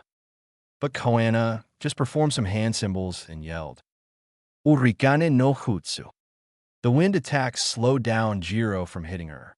Koana exclaimed, my turn, and threw Jiro to the other side with her attack. Naruto's sweet drop. I thought she'd help him, he whispered. Here I come, sensei, spoke Koana. She delivered a punch and a kick, then tried uppercutting by it, all seemed to be blocked. You got some nice moves, as he said that he kicked Koana on the gut, sending her soaring. Koana recovered by doing a cartwheel and backhand spring to regain her balance. Man, sensei's super tough, she frowned in a cute way. Jiro quickly stood up and yelled, Hey sensei, check this out. He grinned and performed hand seals. That sequence of hand seals, so he can already use that. Naruto spoke to himself. Jiro took a deep breath and yelled, Katon, Housenka no Jutsu. Then he shot out small fireballs heading straight for his sensei. As the attack hit Naruto, there was an explosion that showed him he just grinned. A voice spoke out behind the boy. He swayed on Kasaro, Mizu Suburai no Jutsu, water element, runaway water slide. What the? Jiro was cut off by getting hit by a small river, sending him 10 feet away from his sensei. There stood Naruto with his hands on his waist. You're always so cocky, he sighed. Ouch, I got a headache already, complained Jiro, who was froing. As Naruto was about to compliment Jiro about his efforts, something caught his attention. 5 shurikens headed straight for Naruto, but it seemed to turn around him. What's going on here? These shurikens are going being control, he said while looking around him, trying to avoid the shurikens. He caught one, then all of a sudden the shurikens tied him around a nearby tree. What these have strings? This is the Uchiha clan's secret move that can only be used with the Sharingan. The triple shuriken windblade. He spoke in a surprised tone as he looked up. He couldn't believe his eyes. There stood Koana with the strings attached to her hands, and her eyes were different. It was Sharingan. Triple shuriken windblade. Success, she smiled. As she tied the strings to a nearby tree and performed a sequence of hand seal. I knew it. This is the follow-up to Sasuke's triple shuriken windblade technique. She must have seen him use it. He began, the blood of the Uchiha runs down her veins as well. Katan, Gakakyu no Jutsu, she yelled, and she unleashed a flamethrower throughout the 5 strings. At the attack hit Naruto, a loud explosion was yelled. There was a big crater where Naruto once stood. Did I get him? She spoke to herself, and her eyes went back to normal. She took a deep breath and collapsed and fell to the ground. Naruto appeared next to Koana and looked down. As I suspected, she couldn't control the attack, and she used too much chakra. He grinned to himself. He picked up Koana and put her over his shoulders. She sound asleep already. He spoke up. Naruto then turned to Jiro. Well, that's enough for today, Jiro. You did very good, complimented his sensei. Jiro just stood up and made his goofy grin and his hand on his back of his head. In a late night of Koana in the forest. Who are you? Yelled one of the leaf ninjas. Well, my name is Kage Suno, the ninja of dark shadows, and I came here for a vist. He put his hands forward and said, Cage main no jutsu. The 3 leaf ninjas froze. You're lucky I won't kill you, but just to erase your memory on what happened in tonight. Kage Suno just opened his eyes, and the 3 leaf ninjas screamed, then collapsed to the ground. Pathetic, he said, then heard a footstep behind him. So, you're Kage Suno. Then someone came out of the bushes with a dog next to him. He was wearing a mask, and he was wearing a coat with his bushy hair. He was also wearing a green, white coat cloak over the coat. And next to him was a white dog which has grown a bit. Kage Suno quickly turned around and said, by the way you dress, you must be the great hunter Nin of the leaf. The one that has stopped and captured over 100 missing Nins, he replied. Kiba the Hunter, Chapter 14, The Hunter versus the Shadow. Kage Suno quickly turned around and said, by the way you dress, you must be the great hunter Nin of the leaf. The one that has stopped and captured over 100 missing Nins, he replied. Kiba the Hunter. Kiba just lifted his mask over his head and just smirked. So scum like you know who I am, he spoke in a cocky tone. Isn't that right, Akamaru? He told his companion. Akamaru just barked out loud. You're not the one I'm after, exclaimed Kage Suno, who was pointing at Kiba. Kiba just growled and said, so you're after Naruto, eh? Then he looked up. What do you guys want with him this time? He finished while smirking to himself. Do you want to die as well? Spoke the dark ninja, who just stared at Kiba. Kiba just grunted and went into his fighting stance, including Akamaru, who was also getting ready. Not in your lifetime, bud, replied the hunter Nin. So you wish to fight me even when you're in a disadvantaged? He grinned and went into his fighting stance. The shadows are my greatest aspect, he finished. Well, I don't mind the odds cause you can't keep up with my speed, he replied. Kage Suno's eyes shot open, so he's behind me already, and blocked Kiba's punch. As Kage Suno blocked his attack, he could feel the power behind Kiba's blow. He frowned. His strength is amazing. He would give me a bit of problem. With that, he sunk under the shadows, leaving Kiba off-balanced and bewildering. What the hell? Exclaimed Kiba, who was frowning. He disappeared in the shadows. What an unusual technique. He spoke to himself. Akamaru barked at his master. Kiba nobbed and jumped. As he did that, Kage Suno threw dozens of kunais at Kiba, where he used to be standing. Thanks, Akamaru, yelled Kiba as he landed on the ground. Hey you, Kage Suno, what a nice technique you have there, yelled Kiba as he was sniffing the air and turned his head to a nearby tree. The dark ninja came out of the tree's shadow and stood there. Hey, you can still find me even when you can't see me. Your nose is highly sensitive than others, he explained. "Ah, I'll show you this technique," he replied, and turned to his dog and shouted, Akamaru, Datiki Satante, now. Akamaru then charges at the enemy. Shadow bind technique, replied the dark ninja as he stuck out his hand. The shadow tried to catch Akamaru, but at that instant he jumped in the air and started spinning while pissing in the air. What kind of technique is this? Yelled the dark shadow ninja who was covering his face from the attack. As Akamaru landed on the ground, Kiba spoke up. This attack is to use to track down our opponents by using our scent. Kage just became more angry and said, "Huh, then allow me why they call me the Ninja of Shadows." He stuck out both of his hands and performed some hand seals, then the shadows grew longer and adapting to the trees. What is he up to? Kiba questioned himself. Then he saw Kage took out a shuriken. Kage threw the kunai under him and said, Demonic wall shadows technique begin. Then he performed another hand seal. Shuriken Kagabunshin, he yelled out. What's that noise? Kiba began, then look at his dog. Akamaru, be careful, he yelled. Then all of a sudden, thousands of shurikens came out of the shadows. A couple of shurikens managed to scratch Kiba's left arm and his right leg. Akamaru was able to dodge everything so far. What did you do? Asked Kiba as he began dodging more. The technique I use is called demonic wall shadows. It's a technique that can transfer me or anything to the other side with a shadow, allowing me to move fast. He began, but yet I use this other technique, the Shuriken Kabunshin, and combine them, both you get a cycle, endless loop of shurikens coming from all directions. He finished. Shit, Kiba gasped as he got struck once more. Kiba smirked and said, try this on for size. He did some hand seals and said in a quiet tone. Akamaru follow up with the beast clone technique, as he said that his companion nobbed. Well then, Doton, Dora Kageshi, he yelled. What is that Hunter up to? Exclaimed Kagesuno, who was surprised to see Kiba dig under the ground. Are, yelled Kiba, who tears up a solid of wall of dirt and rock, and then he placed it all over him to cover his entire body.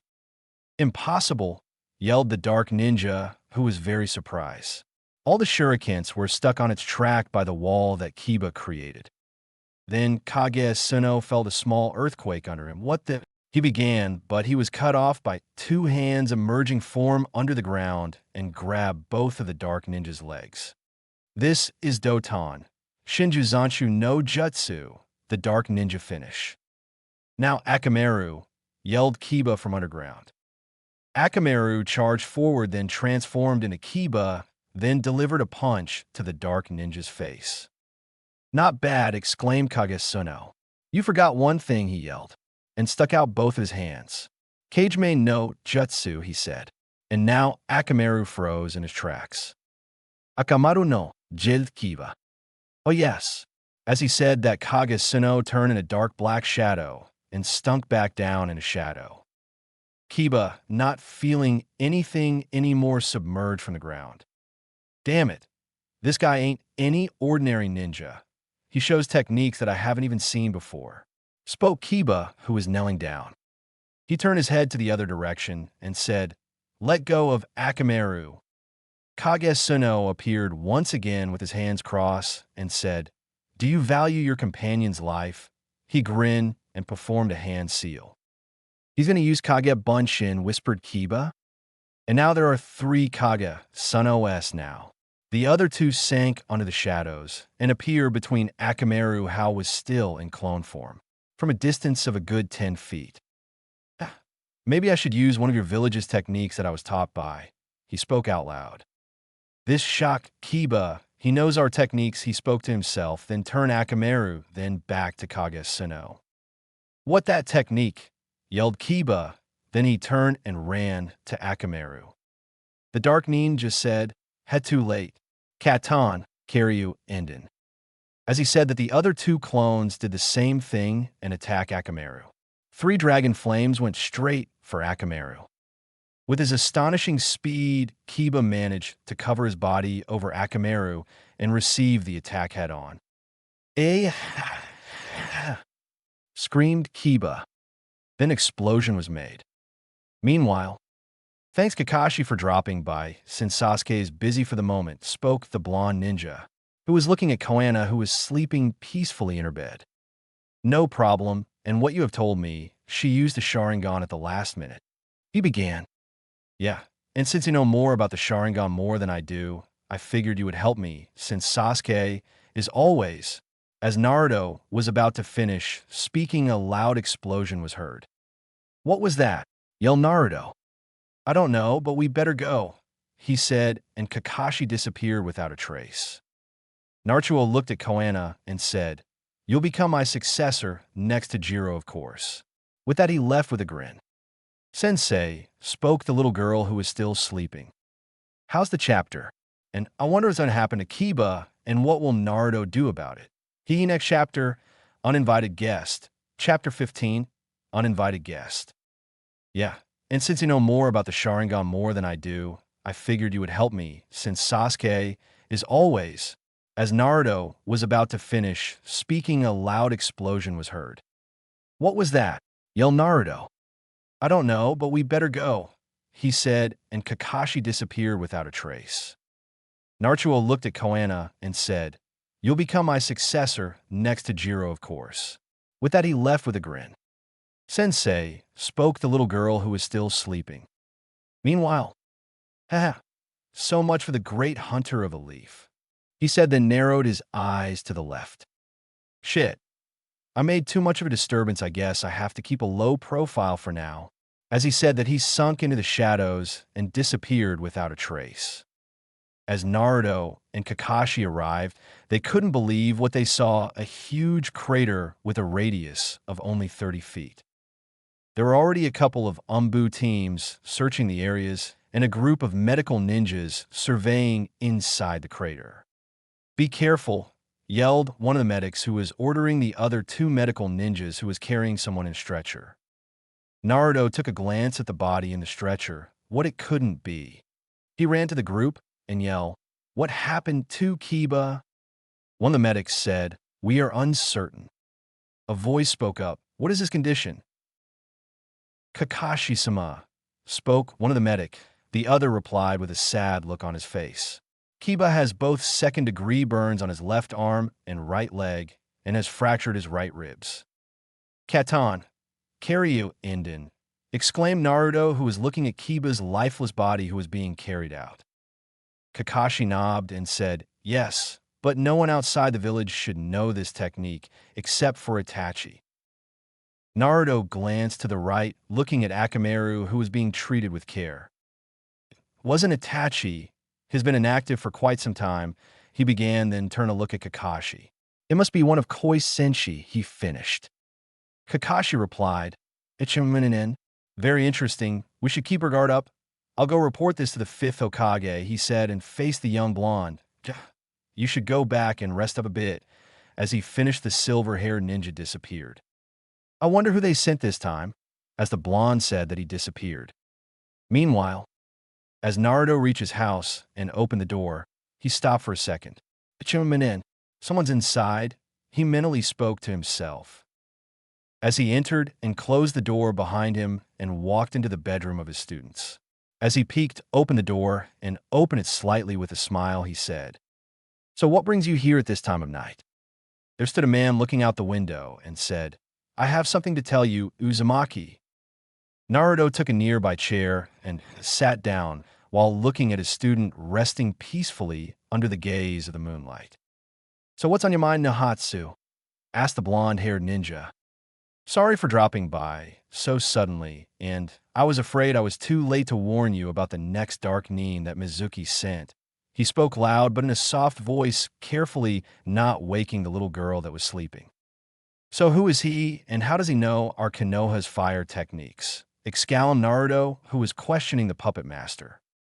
Nahatsu turned around to face him. He was once a leaf ninja a long time ago. He was a spy for the stone ninja. He began. A traitor has returned. replied Naruto, who just closed his eyes. The thing about him is that he has a unique bloodline limit that thought to vanish a long time ago. Nahatsu exclaimed. What kind of bloodline limit? Asked Naruto. The ability to control shadows whenever, wherever. It is said that this limit was once part of the Nara clan, but the limit disappeared shortly after 30 years ago, he finished. Have you seen how this bloodline limit works? Asked the blonde. Nahatsu just shook his head, saying, No, I haven't seen it, but I heard stories about his limit. Naruto kept quiet and waited for the puppet ninja to tell him.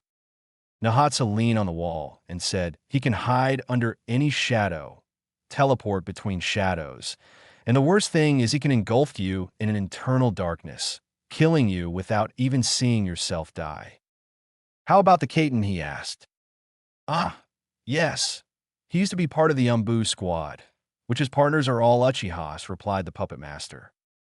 Naruto became shocked after hearing this.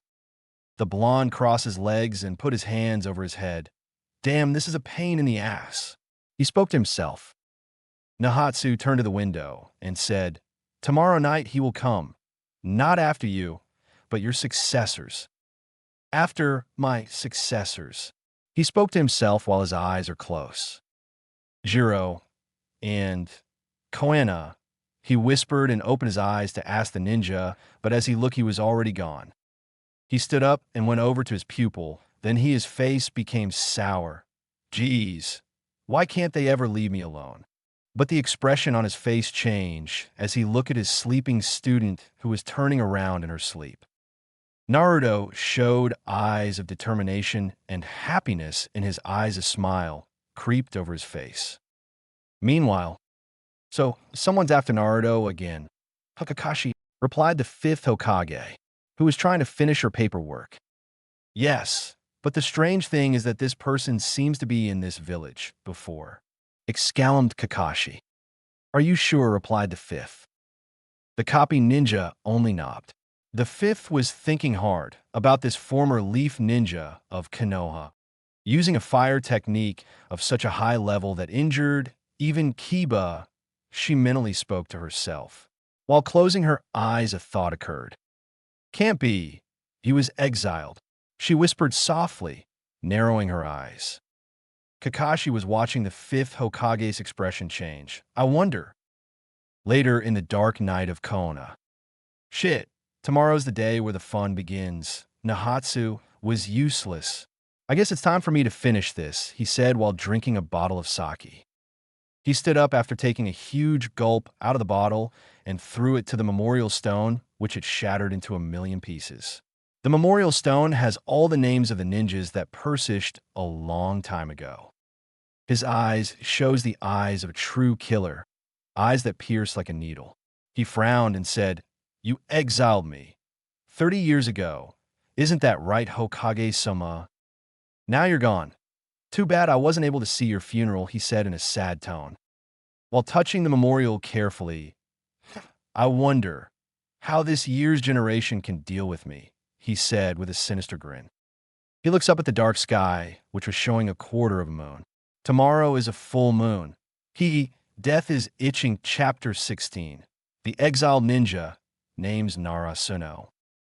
There sat 4 people sitting in a room where there was only a few candles lit around. One of them was wearing a headband and had brownish hair while wearing a bluish-purple GI. Another one was sitting near the wall with his arms over his sword while holding a cup of sake. The other one has brunette hair with bags under his eyes, who looked to be very tired, but at the same time cheery, who was wearing a coat around him. And last but not least, there was a young teen looked to be around 17 with blonde hair, who was wearing a head protector with a leaf symbol. Hey, Saikyu, the revolution's almost over, spoke a man who was wearing a white headband, but his hair seemed to defy gravity. He smiled, waiting for the ninja to respond. Hey, Tenshi, don't call me that, spoke the annoyed ninja who was eating a cup of noodles. I wish I had ramen. He mentally spoke to himself and continued eating. Uzumaki, what will you do when the revolution is over? Spoke up another voice. The young blonde turned his head to the left to see the man in the corner of the wall while holding his sword. "Well, I'll be wandering for the next 5 years, thanking a few people here and there," replied the blonde ninja with a wide grin. "I see," replied the man. "What about you, Ito?" asked Naruto. "After the war, Ito Uchiha Sagara will no longer fight, but live life to the fullest," he said in a calm voice. "By the name of my sword Mamuro, I shall never fight again." Tenchi smiled and Naruto spoke up. That's really cool atonement." "Naruto-kun," spoke another voice. "Oh, Yakuza-sensei," questioned the young blonde. The man stood up and said, Now, don't call me sensei." He began with a cheerful smile. "I will be leaving tomorrow right before the revolution ends." He spoke in a soft tone. "Sensei, wake up," yelled a young, energetic girl. Naruto woke up by the yelling of his young pupil and fell off his chair. "Hey, calm down, Koana. It's only 7 a.m., he exclaimed. "Uh-huh," she replied, while shaking her head. "Nope, sensei, it's already 9 a.m. She replied with a giggle and ran outside the door. Naruto stood up and smacked himself awake. "Geez," he whispered. He quickly went and picked up the chair and closed the windows. "Yakuza, sensei," he began. "I wondered why you left before the revolution ended," he finished. "In the streets of Konoha, hey, you two, what would like for lunch?" he asked both his students, while searching a good place to eat. Jiro and Koana both ran in front of Naruto and yelled, "Barbecue!" Hi, barbecue it is," he replied with a smile. As they were entering a barbecue restaurant, someone seemed to collided with Naruto, hitting his shoulder with his. "Oh, I'm terribly sorry," spoke the man who was nodding and waving.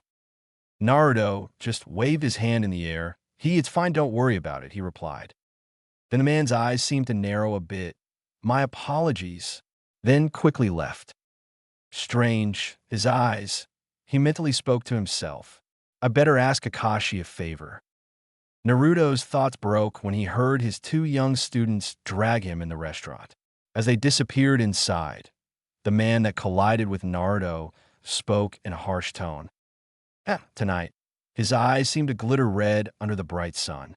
"But for now, I'm going to go down memory lane," he finished, and began walking around the village.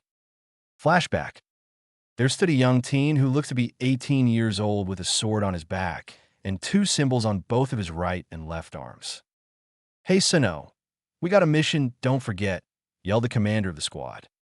"Yes, sir," he replied and put on his umbu mask and turned to see his fellow teammates. One was a girl wearing a mask with black hair who is not quite tall, maybe about 5 feet 2 inches. Next to her was a big guy, maybe about 6 feet 7 inches. He too was wearing a mask. Then someone stood in front of them. He was around Suno's height, like 6 feet 4 inches. "Suno, let's go, we have no time to waste." He spoke in a powerful voice. But Commander, we have no hurry," he said in a sarcastic voice while waving his hand. "What's gotten into you all of a sudden?" Urison yelled the girl. The commander of the group took out his mask and threw it behind him. He looks like Itachi, but more taller and more leaner, but his hair was much shorter. "Suno, tell me, you plan on killing us. Remember, you're the last of the bloodline limits of the favorable Nara clan, and we wish not for it to disappear," exclaimed the commander. "Suno, what in the world are you thinking?" replied the bigger man. "I plan to escape this filthy place. It's too soft for me to become even greater," he spoke out loud. "Power, is it?" replied the mask-less Uchiha, who was gripping his hands, then shot open his eyes and became Sharingan. The girl tried to put his hand over her commander, but spoke up. "Nina, keep your guard up." Then he faced her. "This isn't the Nara you no longer know." Her face shows signs of bitterness and knobbed. "Shall we fight?" spoke the renegade Umbu. "Nina, go report this to Hokage-sama. He will send reinforcements and tell him to send Orochimaru-sama as well," the commander spoke to her. Nina nodded and left in a flash. "Gurashi, you shall be my backup," he finished. The big brute only nodded. Suno leaped back a few yards and did Kagebunshin, then started performing hand seals. "Guratsi, formation now," He yelled to his teammate and did the same hand seals in the same sequence. Kaiten, Karyuenden, yelled both the Uchihas and the Renegade Umbu. As the dragon fire techniques collided, it created a huge explosion with such tremendous force. Half of the forest they were in was gone. Gurashi kept your guard, he said while doing a few backflips, but there seems to be no response. As the smoke cleared, Gurashi was impaled by the sword of the Suno. Gurashi, yelled the commander whose eyes were filled with anger. Before I go down, said the giant Uchiha, while coughing out blood. You won't be able to hold a sword ever again. As he finished, he grabbed the hands of the ninja who impaled him and did some hand symbols. Kaiten, severed dragon's technique, yelled the Uchiha and burned both of the ninja's hands at the same time, burning himself to death. The commander, watching the scene, and tears seemed to roll down his face after losing his ally that was with him from the very start. Gurashi, he whispered. Out of the flames came out was Naruto, who was out of breath. I can never hold a sword ever again, but I can still use my ninjutsu. Then did a couple of hand seals. Then he spoke, Zensho, you may be one of the most powerful Uchihas in Konoha. But can your Sharingan help you out of this jutsu of mine? The remaining Uchiha went into a fighting stance. Ninpu, darkness over light. He said that sun seemed to disappear and engulfed Zensho, towering with shadows and merging so that no light can't penetrate it. What the hell, he yelled. Then out of nowhere he was struck by kunais, but he evaded it thanks to his Sharingan. Later more and more of kunais seemed to appear. The Uchiha was being struck by the back of his legs and his back. I told you you can't penetrate my technique, he exclaimed. Sorry, Nina, I guess I won't be able to see you after this, he whispered and stood up. Let's play a game, the Uchiha said and did some hand seals. Ninpu. It missed no jutsu, he yelled. Then the whole area seemed to be covered by thick layers of mist. What are you planning to do, Commander? Remarked the other ninja. You'll find out, he replied, and the mist seemed to get thicker and thicker. He closed his eyes and concentrated. You may trap my eyesight, but you can't trap my hearing, he yelled, and shot his eyes open with a Sharingan, then disappeared without a trace. What the hell? Exclaimed Suno, who was being caught off guard by the mist. All of a sudden, two hands grabbed the Shadow Ninja. Then the Uchiha formed hand seals by using the hand of his opponent and his own. So you're trying to kill us both, spoke the immobile ninja. Well, this is the only way to stop you, remarked the Uchiha. Then he said, Ninpu, double snake assassin. Before he was about to finish his sentence, blood came out from his mouth. I made Kage Bunshins, and you fell for my trap. You were too slow, exclaimed the man. The Kage Bunshins, who was stabbing the Uchiha's back constantly.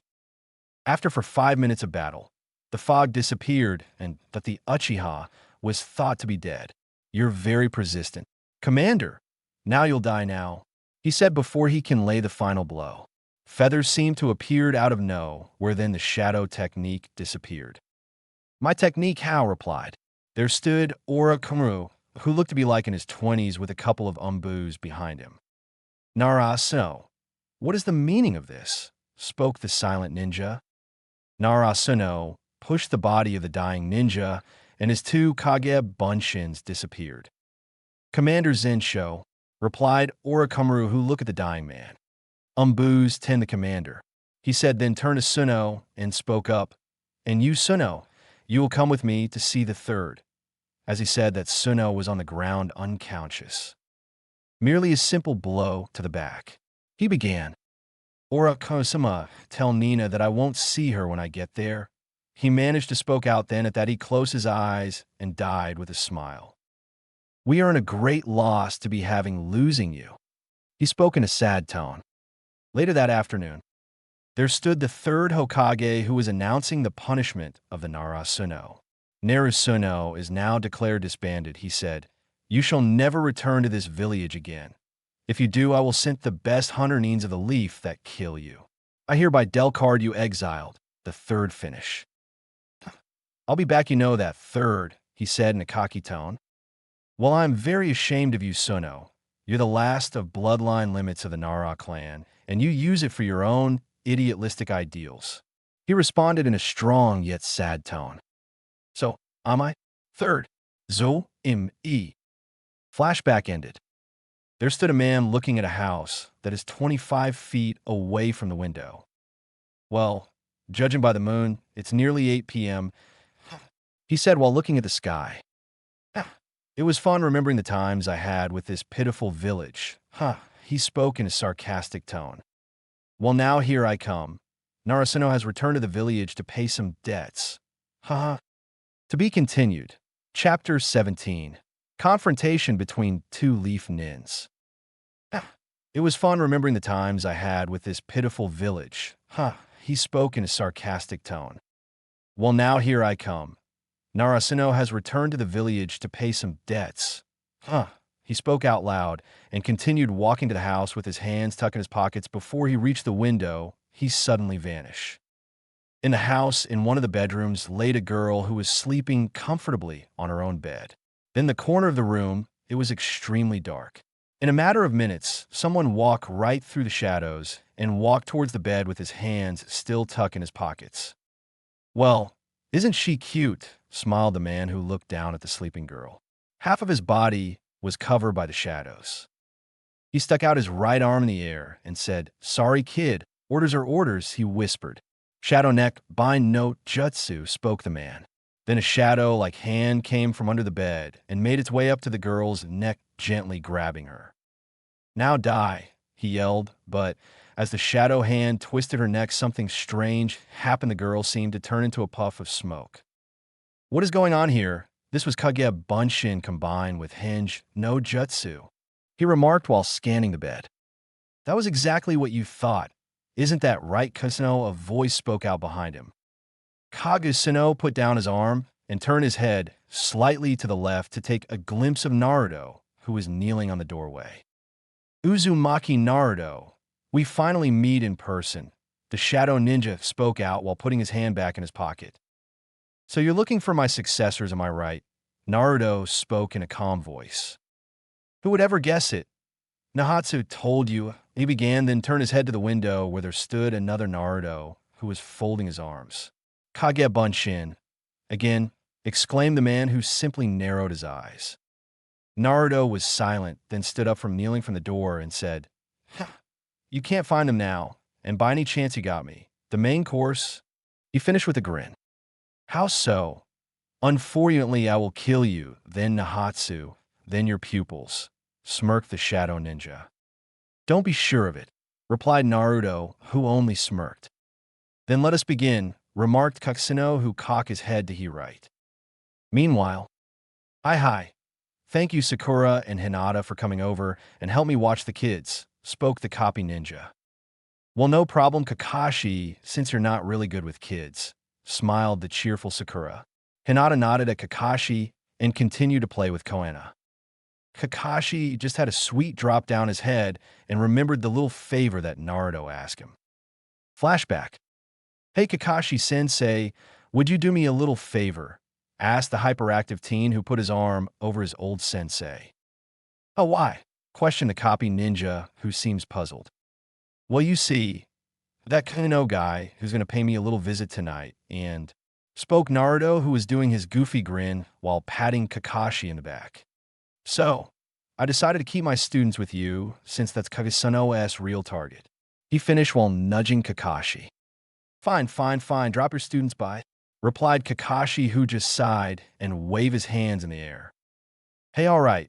Thanks, Kakashi-sensei," yelled Naruto, who smacked Kakashi on the back, who dropped his latest volume of Come Come Paradise. Flashback over. Well, since. Before Kakashi can finish his sentence, something caught his attention. Checking inside his bag, his latest volume of Come Come Paradise was missing.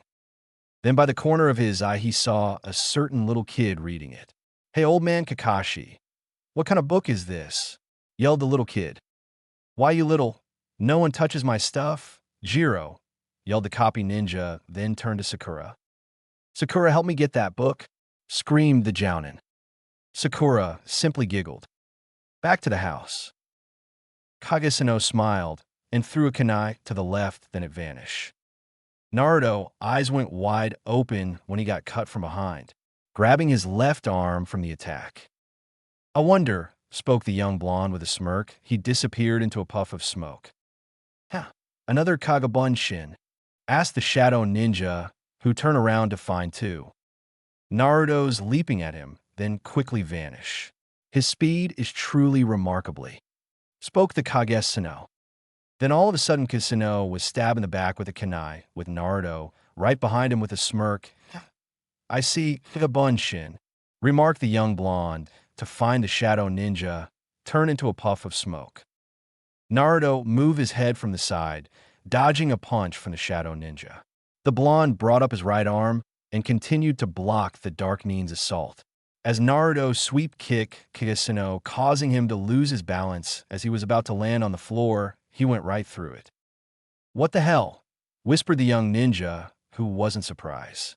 "Nahatsu told me about this," he mentally spoke to himself. "So this is one of your techniques, using the surrounding shadows to transport you from place to place," spoke one of Naruto's clones. "Precisely," replied a voice. All the Narutos look up to see the shadow ninja appeared from the ceiling upside down while folding his arms, but only showing half of his body. The ninja stuck out both his arms in the air and said, "Shadow capture no jutsu." Then all of a sudden, the three blonde ninjas were caught. "Damn, this guy's techniques surpass even that of Shikimura's," Naruto mentally spoke to himself while trying to move his legs and arms. "It's no use, Uzumaki Naruto," replied the man and sunk back in the ceiling and came out of the ground standing a couple of feet from Naruto. "My bloodline limit gives me this much of an ability to control others' shadows," he exclaimed in a sinister grin.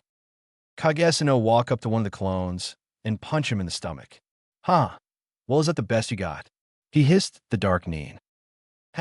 "Nope, just getting started," replied the grinning Naruto. Then two clones started glowing bright. Kage covered his eyes and said, "This is Kage explosion in Ojutsu," Naruto yelled out loud. Then all of a sudden in the bedroom, they were an explosive with tremendous force. Outside in the open field landed the blonde ninja, who seemed to be unscathed by the attack he just pulled. "That was very surprising you just did back there, Uzumaki Naruto," spoke the man. Naruto turned his head to the direction of the voice to see Kage landing on the ground not far from him. "Not bad. Show me why you're called Saikyu," yelled the man, who only licked his lips from the intensity he was receiving. Suno was watching Naruto get on his feet, then he just vanished like nothing, then a knee connected to his face, sending him crashing to the ground. "TSH, this is the kind of battle I always wanted," he said while spitting out blood, then licking it off his lip. The shadow ninja stood up and created Kage. Now there are three of him. What is his plan? The blonde spoke to himself, crouching into a fighting position only to see the ninja perform some seal sequences.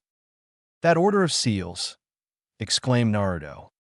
"Kaitan, Kiryu Enden," yelled the three shadow ninjas. "Damn it, I wish there was at least a puddle of water and perform a water barrier," he yelled at himself and braced the impact of the attack. Another explosion was made, creating another crater. The shadow ninja narrowed his eyes to the left and said, "You managed to evade it."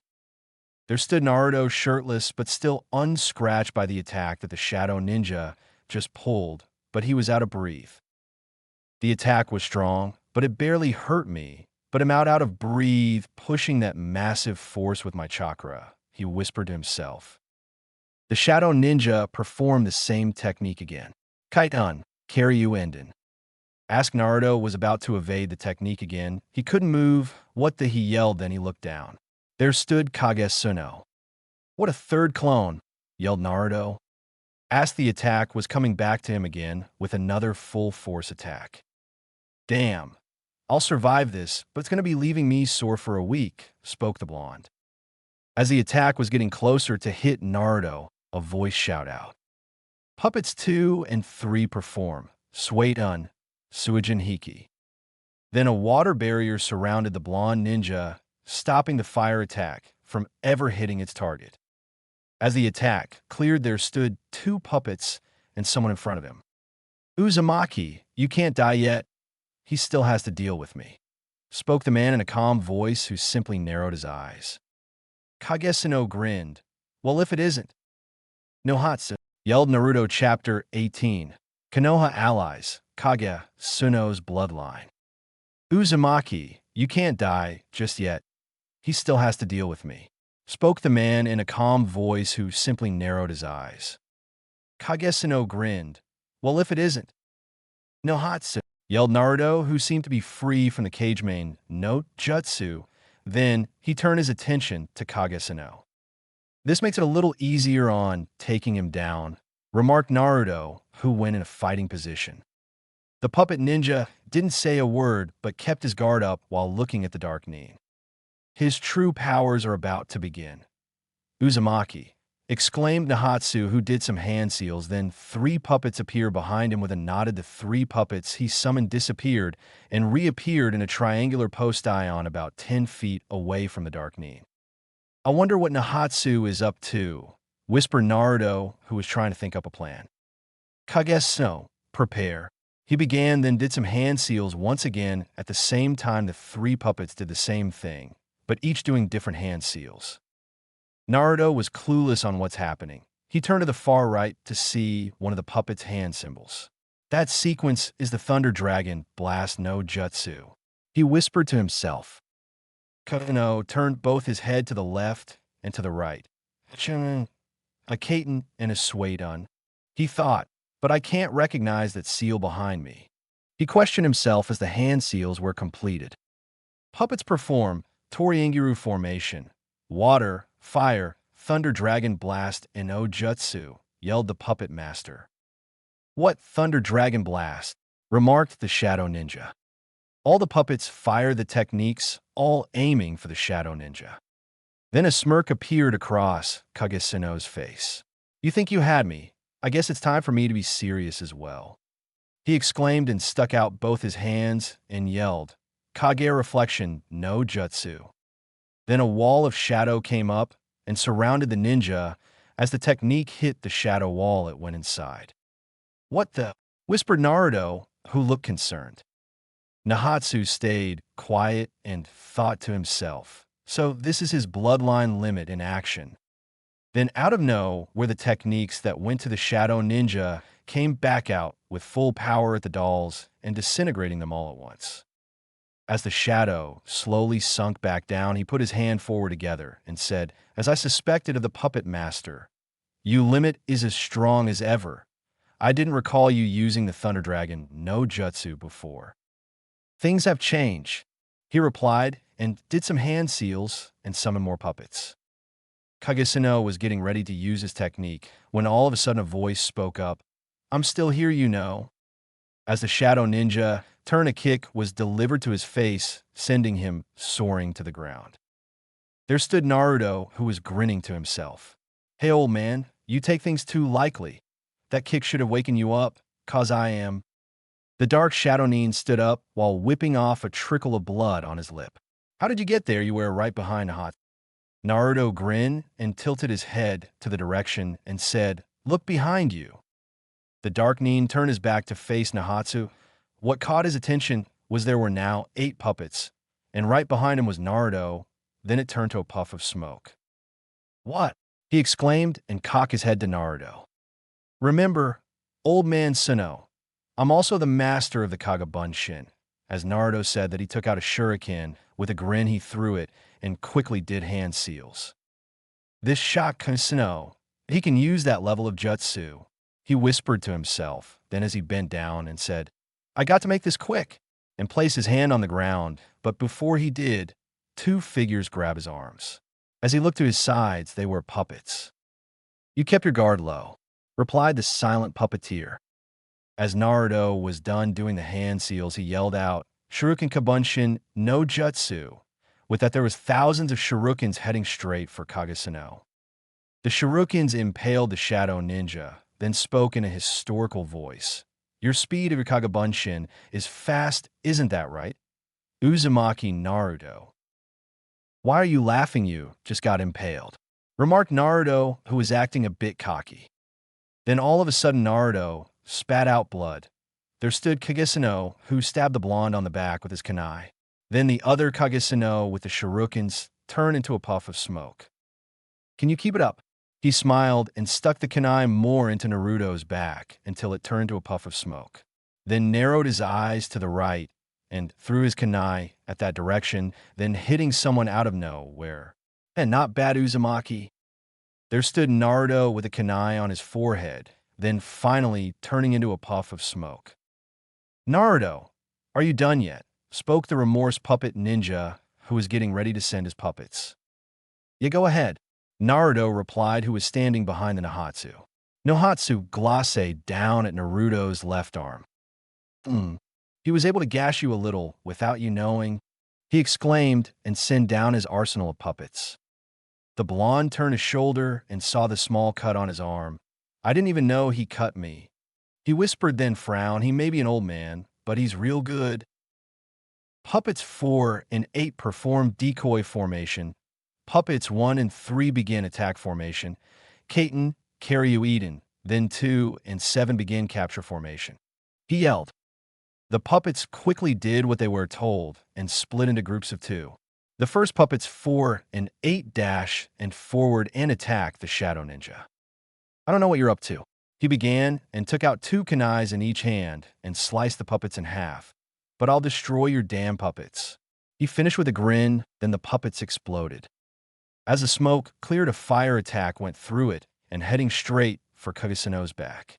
Shit, that was just a diversion, he said and sunk back into shadows, and the attack missed him. After seeing this, Nahatsu nodded his head and the remaining 2 puppets disappeared. Then he reappeared behind the 2 puppets and punching a hole in each of them, but the puppets quickly grabbed his arm. What is this, This is futile, he laughed, but he was cut short when the puppets 2 and 7 appeared and grabbed a hold of the Shadow Ninja. Nahatsu quickly did some hand seals and said, sacrifice puppet no jutsu, as he said that the puppet began to glow, then exploded with tremendous power. Naruto was smiling and said, that was nice, Nahatsu, I think you did it. No, he began, he survived. He spoke up while looking at the explosion. His level is outstanding. Then I have no choice but to use him, Nahatsu spoke to himself. Naruto was getting annoyed. Out of all the people I face, he was the longest to ever be taken down. Then a voice spoke up from the wreckage. 'Cause I trained with the most elite Uchiha members of my group. Then the smoke cleared from the chakra that was emitting from the Shadow Ninja. He put his hands together and made a symbol.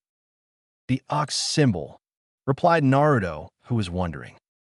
I'll show you one of my greatest techniques that not even light can escape it.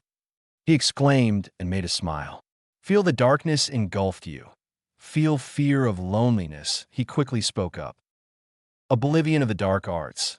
Eternal Hades in O Jutsu, he yelled and shot his eyes open.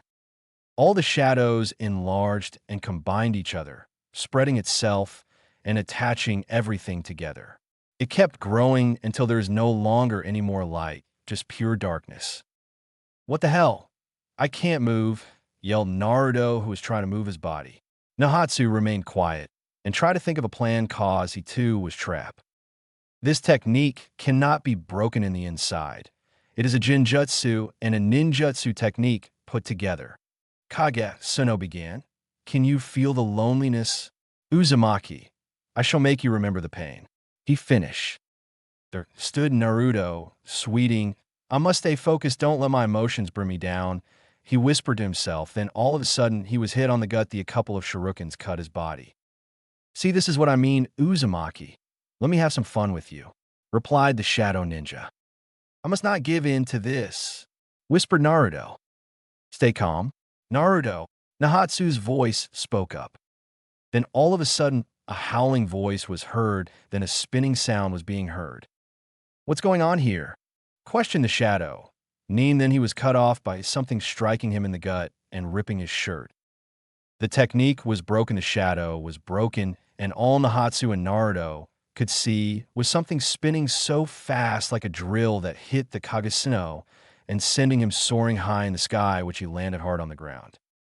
That technique can't be, replied Naruto, who was astounded. Do you know him, Uzumaki? Asked the puppet ninja.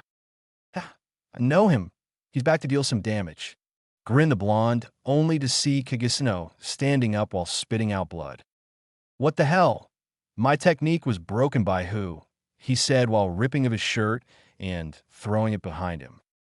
Then there the spinning stopped and what landed on the grounded and turned out to be none other than Kiba and Akumu. Hey Kiba, welcome back. And isn't that your Garuga technique? Asked the blonde. Huh, Naruto, I forgot you never saw it. He replied, then turned to face Kagesuno. So the Hunter Nin is back. With a smile, he said, this can get interesting, then does the Kage Bunshin no Jutsu. Well, how about this? 3-on-3 to the death. Kiba smiled and said, huh, I'll be loving this, right, Akumu, his dogged bark with determination. Nahatsu quickly made a few hand seals and stopped at the dragon symbol and said, so be it. If it means stopping you, I will use him. Then a disturbing chakra was felt, then a dark figure appeared behind the puppet master, but you couldn't see it since it was really dark. Cannibal, he yelled out loud. Naruto grinned and went into a fight stance. Meanwhile, there sat man sitting down in his chair while taking a sip of his red wine. So tell me, Kuro Kendo Sensei, will Kagesuno win against Naruto-kun and his allies? Asked the silver hair man. There stood a ninja. His clothes was practically all black. He was wearing a ninja mask, but his eyes were cold blue. Ichimaminen, he will lose. He began and turned his back. Mizuki, he is part of the Brothers of Shadows, but he doesn't have the power to face the demon fox. He replied and walked away. Then quickly stopped to look at the man sitting behind him. I have sent Hijui and Inkurain to give a message to Saikyu after Kagesuno is defeated, he said. I wonder what you're up to. Kuro Kendo Sensei questioned the man while sipping the wine once again. To be continued. Chapter 19. The Defeat, Brothers of Shadow? Nahatsu quickly made a few hand seals and stopped at the dragon symbol and said, so be it. If it means stopping you, I will use him. Then a disturbing chakra was felt, then a dark figure appeared behind the puppet master, but you couldn't see it since it was really dark. Cannibal, he yelled out loud. Naruto grinned and went into a fight stance. Cannibal, questioned the Shadow Nin who was staring at the puppeteer. I've heard of that puppet, but I thought that was just a legend. He whispered to himself and spoke to Nahatsu. Ah, Cannibal is just a myth. No one can control it, exclaimed the Shadow Ninja who was glancing at the Hunter Nin and the blonde, then back to Nahatsu. That is true, but I was the only one that was able to control him, replied the puppeteer. Both Kiba and Naruto were clueless about what the other two ninjas are talking about. Then Naruto spoke up. Hey Nahatsu, what is this Cannibal? Cannibal is the legendary puppet that many puppeteers tried to use but was destroyed by their attempts to seize its power. He began and performed one final seal. But I was the first and last to ever control this awesome puppet. Cannibal, he finished. Then a disturbing chakra was again felt by the surrounding area. Chains could be heard like something was dragging it. Out of the shadows stood a puppet next to Nahatsu. It was about 6 feet tall. On each arm and leg were 3-inch thick chains attached to it. The color of the puppet's body was pure reddish-brown, its long arms touching the ground like an ape. The eyes glowed a deep blue, then it screamed and opened its mouth with terror. So, that's the cannibal, a demon sealed inside a puppet's body, smiled the Dark Nin. Then Cuckley spoke up. Shall we begin the 3-on-3? And please note that the other two are my real self divided by power. What disturbing chakra? Kiba questioned himself, then took out a solder pill and popped it into Akumaru's mouth. Nahatsu is having a hard time controlling that puppet. He's used huge amount. Naruto spoke to himself in a worried tone, then turned to the Shadow Nin in front of him. Hey, let's begin the battle, yelled Naruto, who dashed with tremendous speed, then quickly disappearing. Hey Naruto, slow down a bit. Akamura, let's go, yelled Kiba as he said that he too disappeared with tremendous speed. The real Kagesano was surprised by their speed. Ichimoninen, they're faster than I, though. My other self should take care of them. I'll handle this cannibal. He mentally spoke to himself. Cannibal, your target is him. Annihilate, yelled the puppet ninja. At that, the puppet roared with power and threw its chain at the shadow ninja. As the chain hit the shadow ninja, he sunk down into the shadows, then thousands of shurikens came right under the puppet, but it didn't even harm him. Kage-san popped out from the other side, then wondered to himself. Hey, where did it go? He took a glacé to the sky and found the puppet right above him and quickly dodged it. As the puppet came down, it created a huge crater from the impact. Kiba's battle. Kiba reappeared behind the shadow ninja and tried to lay a punch on him, but the Kagesano blocked it with his own arm. Then Akamaru appeared in the form of Kiba and tackled the Kagesano, sending him a few feet away, but as he landed, he quickly sent a full-force dragonfire blast at the Hunter Nin. You think that technique can work on me? Akamu, yelled Kiba as he crouched down. Akamaru, in Kiba's form, appeared on top of his master. Double slash, yelled the Hunter Nin. Kiba's attack was so fierce that it ripped through the fire attack and slashing Kagesano on the chest. Damn, how the hell did you get strong? Spoke the Kagesano, who was holding his chest, which was bleeding. Kiba smiled and spoke up. "'Cause I didn't know what you were capable of." Then his face turned from a grin to a fierce look. "But I shall show you why I was called the Great Hunter Nin of the Leaf," as he said that he crossed his arms together. "Show me," yelled a voice behind Kiba. He was shocked, but was punched hard on the back from the shadow ninja.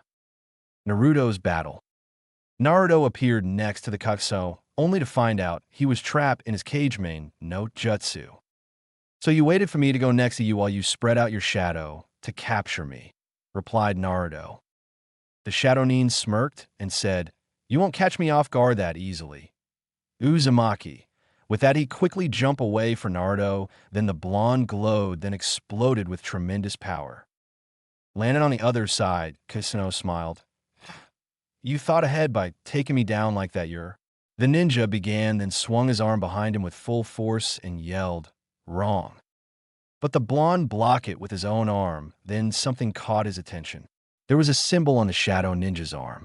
It was a symbol of a swirl with fire surrounding it. "This symbol, can it be?" He whispered to himself, then back away from Kagesano and began collecting chakra from his right arm. "That jutsu. I've heard of that, the famous Rasengan." He smirked and said, "How can you defeated me with that?" "Easy," as Naruto said, that someone grabbed Kagesano while compression chakra all around the ninja from letting him escape to the shadow. "Now I got you," yelled Naruto as he dashed forward once again with all his might as he was getting ready to strike him in the gut with his famous Rasengan. The shadow ninja smirked and created a mini black hole around his stomach. As Naruto hit it, his arm went through it, and something surprisingly happened. A minute black hole appeared right behind him, but it was the blonde's arm with the Rasengan. It damaged Naruto on the back with enormous power. "Ah shit," yelled Naruto as he grimaced by the pain by the way his own technique gave him. His back was sore with a kind of bruise behind him. "Uzumaki, this is my true bloodline limit, the ability to use space and time within a shadow." Ha, he laughed. Nahatsu's battle. "I shall not let you escape," yelled the puppet ninja, who sent his puppet to destroy the shadow ninja. "Cage main no jutsu," yelled Kagesano as the shadow technique held the puppet in place. Something strange happened. It kept moving. "What's going on here?" he questioned himself.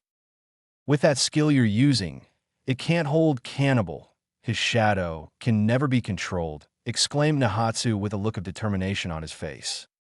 The puppet broke the shadow hold with its own chakra and appeared right behind the shadow ninja. Kagesano felt the disturbing chakra coming from behind him. "And it's fast," he said and tried to sunk down, but couldn't. "Damn, I'm running out of chakra already." He whispered to himself with that the puppet slammed its fist on the shadow ninja's face, sending him flying across. Meanwhile, Kiba was getting angrier from the attack displayed by the Shadow Ninja. Kagesano cornered him into a wall and started punching and kicking like there was no tomorrow. Kiba was coughing off blood while trying to open his right eye to watch Kagesano lay a hard one on him. The Shadow Ninja took a step back and said, "It was fun playing with you, Kiba." He began, then crouched down and stuck his left arm out. "This ends now." He finished and aimed for Kiba hard. As Kagesano was getting ready to kill Kiba, something happened. Kiba grabbed the Shadow Ninja's wrist, which was 2 inches from his heart. With a smirk, Kiba smiled. "You won't defeat me this easily," exclaimed Kiba, who was coughing up blood. "Don't be foolish," yelled the Shadow Ninja as he tried to stab Kiba with a kunai on his right arm, but Kiba also grabbed it. "Why can't I escape? His grip is toughening. Where did he get this power?" he mentally spoke to himself. Kiba opened his eyes and brought his face near the Shadow Ninja's clone face. "You damn, bastard. Don't fuck around with me," yelled Kiba, who started powering up his chakra. As he did this, his grip tightened even harder, cracking the Shadow Ninja's wrist. "This ends here. Akamu, finish it Taijutsu style. Beast clone attack," yelled Kiba. Akamura barked and turned himself to his master once again and charged head-on with tremendous speed, aiming for the back of Nahatsu. The clone's arm went through the Shadow Ninja, right through the center. Coughing off blood, he looked down to see an arm sticking out. "I couldn't even escape." His chakra even deflected mine with that his body collapsed and turned to a pile of smoke. There stood Naruto, whose back was bleeding hard and his right arm was bleeding badly with 4 kunai stuck on it. "Kagemain no Jutsu," whispered the Shadow Ninja as Naruto couldn't move. "I got to kill him now. I'm running low on chakra," he whispered to himself as he took out a kunai and dashed forward. He heard Naruto speak to himself about protecting the ones he cares and seeing red chakra forming around him. "This is chakra," he whispered. "I shall not lose to you, Hisano. I must protect the ones who will inherit my will," spoke Naruto in a calm voice. Then chakra came out of Naruto with tremendous power. His whole body was healing, cuts and bruises gone. The kunais flying out from his arm and his back was completely healed. Then there stood Naruto with determination on his voice. "I shall protect Konoha." With that, the Kagemain no Jutsu was cancelled out and Naruto dashed with extreme speed. Kagesano tried to sunk back down the shadows. He didn't make it, as Naruto grabbed his throat. "Your ambition ends here." The blonde's arm started collection chakra while holding the Shadow Ninja by the neck. "So this is the power of the 9 tails that Mizuki-san told me about," he mentally spoke.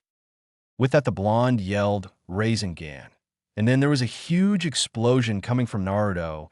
As the smoke cleared, Naruto was holding no one, but there stood a small crater that once stood to be Kagesuno's other clone. Back to Nahatsu and Kagesuno's fight. There stood the real Kagesuno while holding his chest, who was breathing rather hard. "My clone's gone.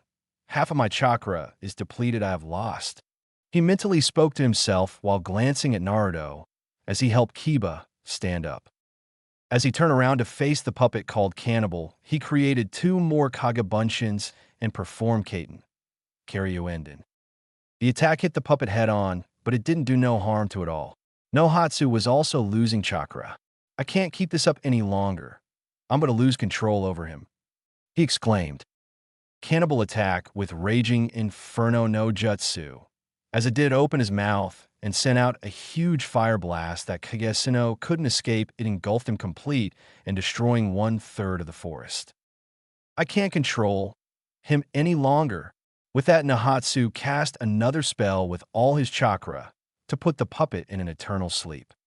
"A spell of binding," replied Naruto, who was carrying Kiba on his shoulder. Nohatsu nodded and sat down. As the smoke cleared, there stood Kagesuno with a sad look on his face.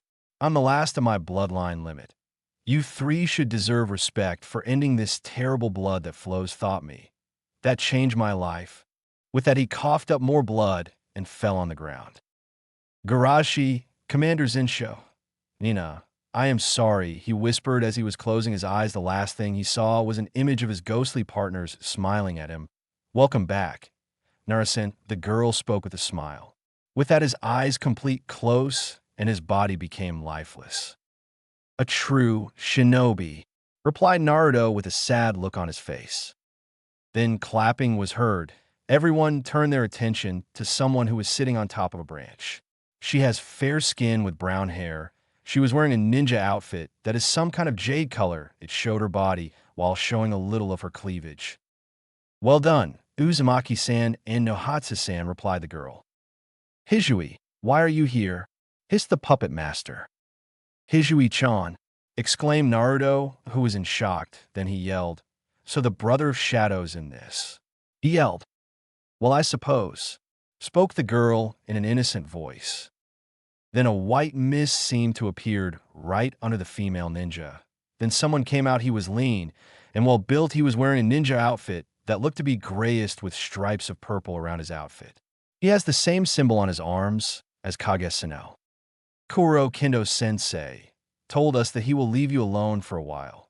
That is all, he replied in a monotone voice. And Duhain, remarked Nahatsu, who was breathing uneasily cause of the thick smoke which was spreading throughout the air. Smoke seems to come out of his body. Who is he? The blonde questioned himself, and Kiba, though the same thing. What does the leader of the Brothers of Shadows want with us? Yelled Naruto, who was breathing a little heavy. Kiba covered his nose and thought to himself, it's like a real smoke, but how? Well, Kuro Kendo Sensei taught Mizuki-sen the dark arts. He giggled the young girl and spoke up once more. Oh yeah, and if you're wondering, Hyuketsu is doing fine. She did a blow kiss at Naruto. Bye, sweetie, winked the girl. With that, the two ninjas disappeared without a trace. Hyuketsu, with that name running on his mind, Naruto receives a flashback that he tends not to remember, and a tear rolled down his cheek. He's still alive, he whispered while gripping his hand tightly.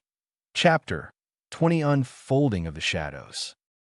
Hyuketsu, with that name running on his mind, Naruto receives a flashback that he tends not to remember, and a tear rolled down his cheek. He's still alive, he whispered with anger in his voice while gripping his hand tightly. Naruto sat down while holding his head with his left hand, flashbacks occurring on his mind. Hey Naruto, you alright? Asked Kiba, who was lying on the ground, who was breathing softly while Akuma barked. Nahatsu stood up and turned to the blonde. Uzumaki, so tell me, you've met the Brothers of Shadows before? Asked the puppet master. Naruto opened his eyes with a flashback. There stood a ninja with a blue outfit with the same symbols on his arm, standing in front of a young Naruto. There stood someone in front of him frozen. Yes, I have, and I thought I killed Hyuketsu. Spoke the blonde, then closed his eyes once again and thought, Yoshi died protecting me. Kiba stood up and turned his head to Naruto. The Brothers of Shadows. Huh? I've heard of them, and then Kiba looked at the man that was standing on the other side. You're Nahatsu, the puppet master. Am I right? Smirked the hunter Nin. Nahatsu stayed silent and looked up and said, Uzumaki, you have fought Hyuketsu in the past. Naruto looked sad and said, yes, I have. He used to be part of the Shinsenkai. He was in the 2nd Division group, and I was in the LST Division group. He began, then stared at the ground. He was a good friend, but one day the Brothers of Shadows came and took him away. My good friend Oliver died in the process in protecting me from being killed. He finished. Flashback. Sorry, Naruto, spoke a calm voice. It was man wearing a ninja outfit which was blue. Then he cupped his hands and charged up his chakra. I shall put you to sleep forever. There stood a young Naruto who looked to be 17, who was on the ground while holding his arm which was frozen.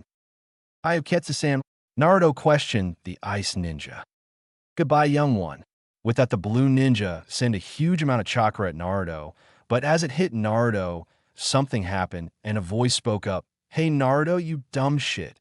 You could have taken him down. As Naruto opened his eyes, it was his partner Yoshi. He had fair skin and was wearing a black vest while wearing handguards. His pants are white and his hair was messy with a scar across his face. But something was wrong. His legs and arms are turning into ice. Yoshi, why did you do it?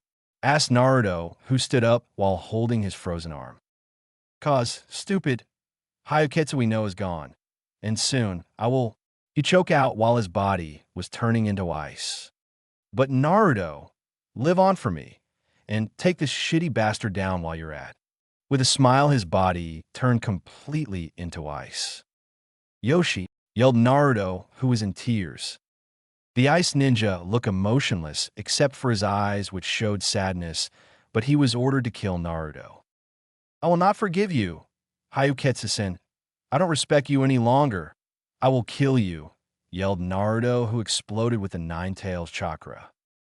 Flashback over. A tear rolled down Naruto's cheek, then he punched the ground.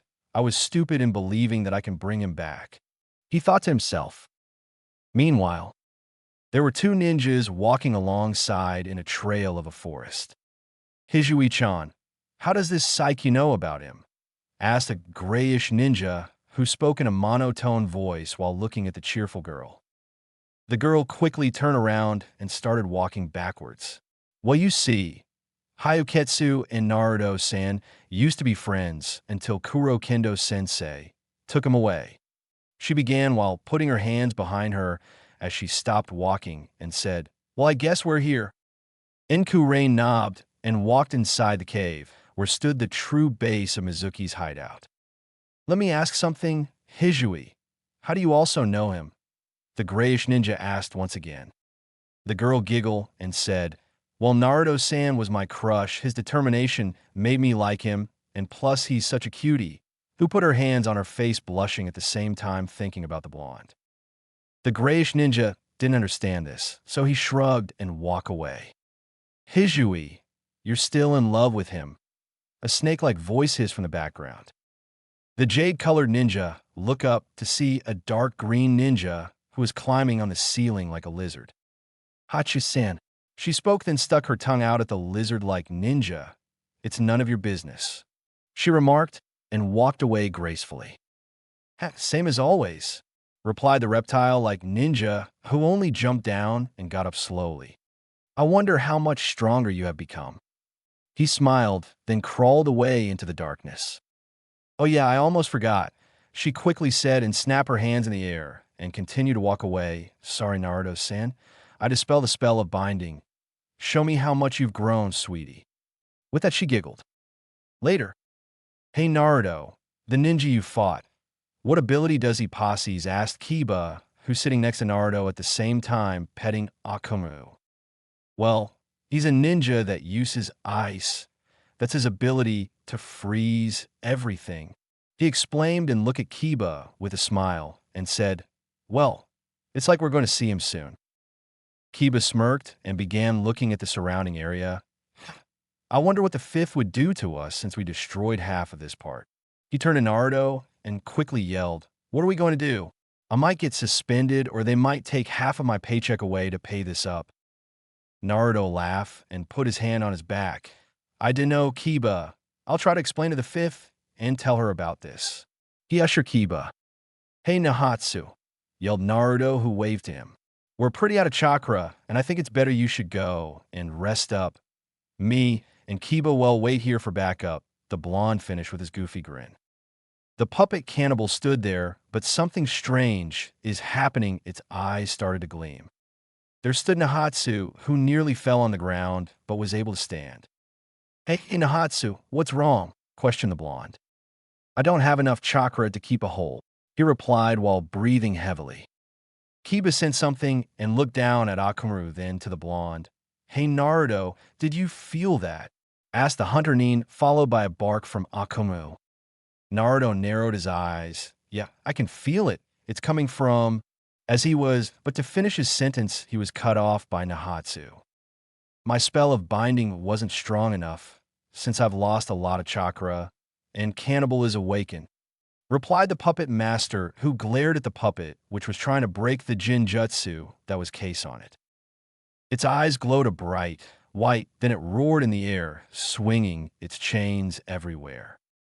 Naruto quickly stood up and said, The spell of binding that you cast should be enough unless she couldn't have done it, exclaimed the blonde. Nohatsu was shocked and said, that which cast a timed spell on him, then turning back to look at his puppet, which was gone. The puppet master tried to stand but couldn't. Almost all my chakra is depleted. He mentally spoke to himself while looking for his puppet. Then he quickly yelled out, Leaf ninjas, watch yourselves. Naruto stood up and quickly scanned the area. Damn, I can feel its chakra, but it's everywhere. When it moves a huge amount can be felt, he said while glancing from left to right. Kiba also stood up and popped a solder pill in his mouth once again. Then he began sniffing the air, then turned to the corner left of him. There, as he said that he dashed forward with tremendous speed, but all of a sudden a huge chain hit his gut and sending him flying. The blonde saw Kiba, flew next to him and crashing on the rock with explosion. Naruto turned his head and said, Hey Kiba, you alright? Kiba was holding his head and said, Damn, that thing still got lots of power. Then stood up and walked next to Naruto with a nod. The two dashed forward at the puppet, then they went in the opposite direction. The puppet took a kick from Naruto on the face, but it didn't seem to work. Then the blonde tried to punch its stomach, but nothing happened. The puppet seemed annoyed and grabbed Naruto's blonde hair and punched on the stomach. As Kiba appeared behind the cannibal, it turned around and threw Naruto to Kiba, which sends them crashing on the ground once again. Damn it, Naruto, you're heavy, yelled Kiba, who was trying to push Naruto off him. The blonde rolled to the side and coughed up a few blood, then said, Damn, we don't got enough chakra. We gotta take him down with one hit enough to render its body, spoke Kiba, who was sitting up straight. I can power up a supercharged Rasengan, but it's gonna take some time, replied Naruto, who stood up and tried to gather chakra. Damn, I've lost a lot of chakra, he spoke to himself. As Kiba was thinking of a plan, he heard Hakumer bark at him. This got his attention and turned into Hatsu. Hey, you puppet master guy. It's going after you. The hunter Nin tried to stand, but was having a few problems. Nahatsu's couldn't move as he saw the puppet tower over him. Damn, my body won't respond, it's too weak, he whispered to himself. The puppet yelled and put up its huge arms in the air to destroy the one that ever controlled him. Is this the end? The puppet master thought to himself while looking at the ground. With a quick look which felt like an eternity, the puppet smashed down with all his might. Strange, he thought as he opened his eyes. There stood someone who was very wide, and his strength was amazing. He was kind of chubby with his hair flying everywhere. He was holding the arms of the puppet, which was pushing everything it had on the man. The ground under them seemed to crack within their power. Then with a smirk the man yelled out, Lee now. Then with a blur Nahatsu was gone in a blink of an eye. Naruto glancing on at the scene before him, he was shocked. How did you?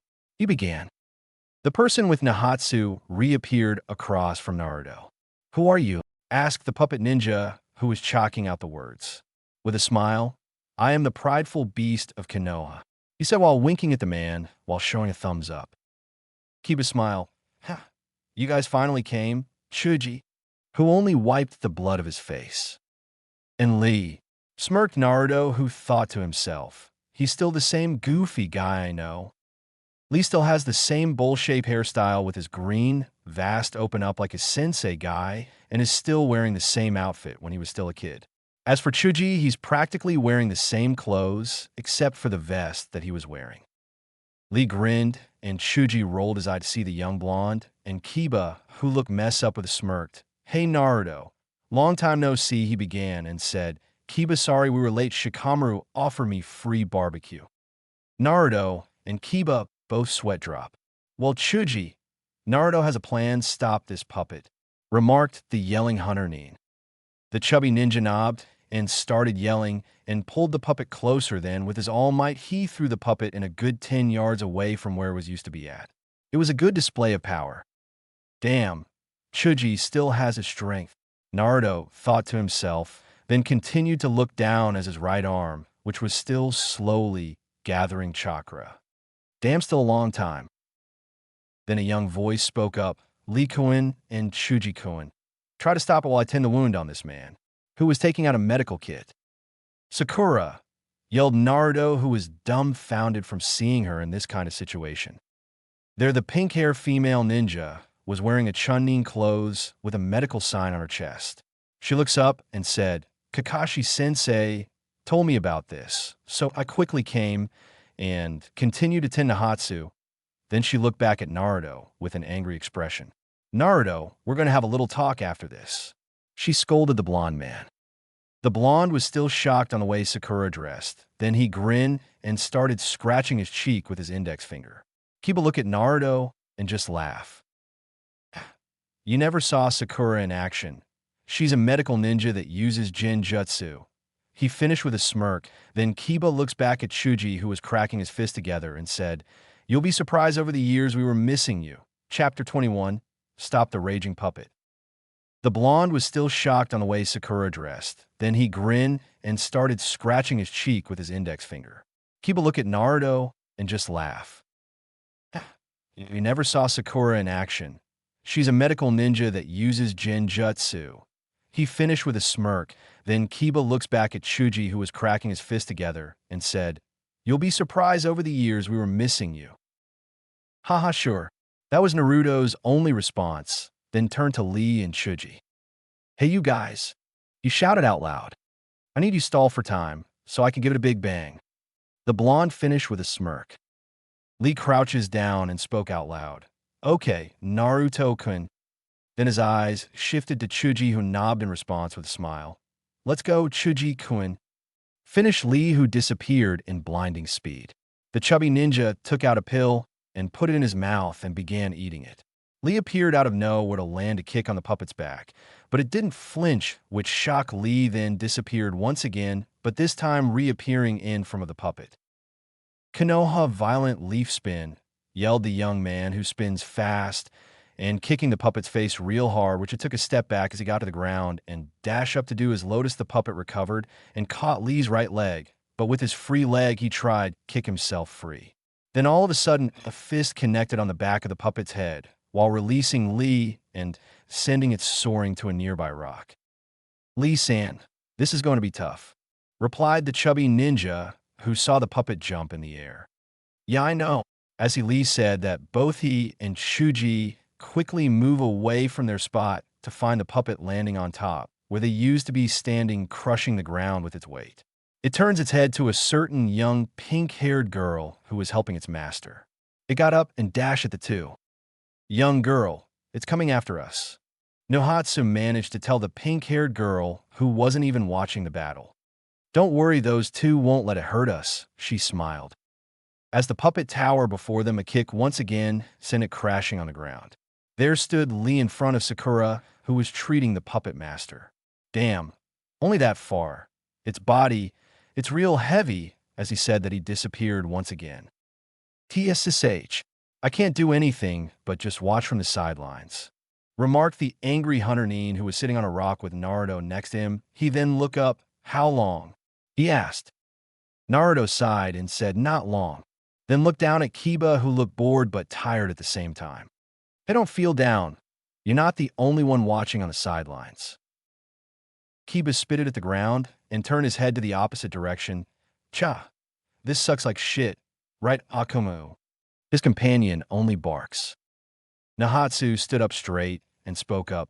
I must cast a spell on binding on it. Sakura was holding him up, so he won't fall.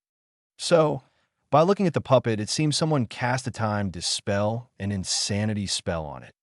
She narrowed her eyes. That's a great level of ninjutsu and jinjutsu put together. Nahatsu was shocked and turned to look at the girl. How did you know? And insanity spell? He asked. Yes, insanity spell is ninjutsu and jinjutsu-based technique that brings out an anger emotion, otherwise causing the opponent to lose itself, she explained to the puppet master. Not good.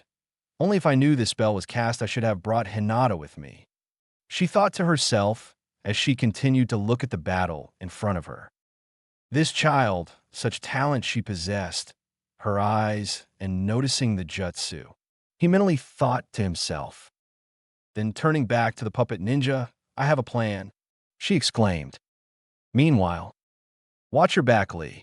yelled Chuji as he was whipped with a chain on his chest, which sends the taijutsu master soaring into the chubby ninja's arm. Hey, you alright? Asked Chuji. Lee was rubbing his head and said, I'll be fine with that. He disappeared once again. Chuji smashed his fists together and dashed towards the puppet and quickly tackled it to a nearby tree. The puppet smashed its fist on Chuji's back. Naruto, anytime now.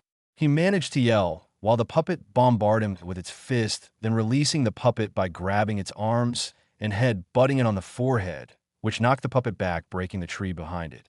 A small drop of blood rolled down Chuji's forehead. Almost done, replied the young blonde, who was looking at his right arm, which was gathering lots of chakra. I can do this without relying on the nine tails chakra, he thought to himself.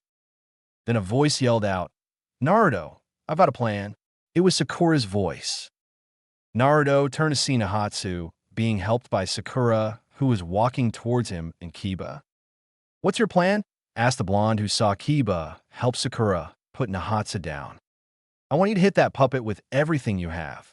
Then I will help Nahatsu cast the spell of binding on it. She finished with a smile. Uzumaki, are you up to it? He asked the blonde. Naruto grinned and said, I've been charging up my Rasengan the whole time, so I can nail one on it. Then turned to the two that kept fighting the monster puppet. Lee, Chuji, hit it with everything you have caused. After that, I'm coming in. He yelled. Lee did a few back flips as the puppet was swinging its chains around until finally landing on the ground. Understand. That was Lee's only reply that started removing his bandages that was around his arm. The puppet punches Chuji on the left cheek, but connected his own by also hitting the puppet's face. Each punch was felt with extreme power. Chuji moved back a bit as the puppet tried to grab his throat.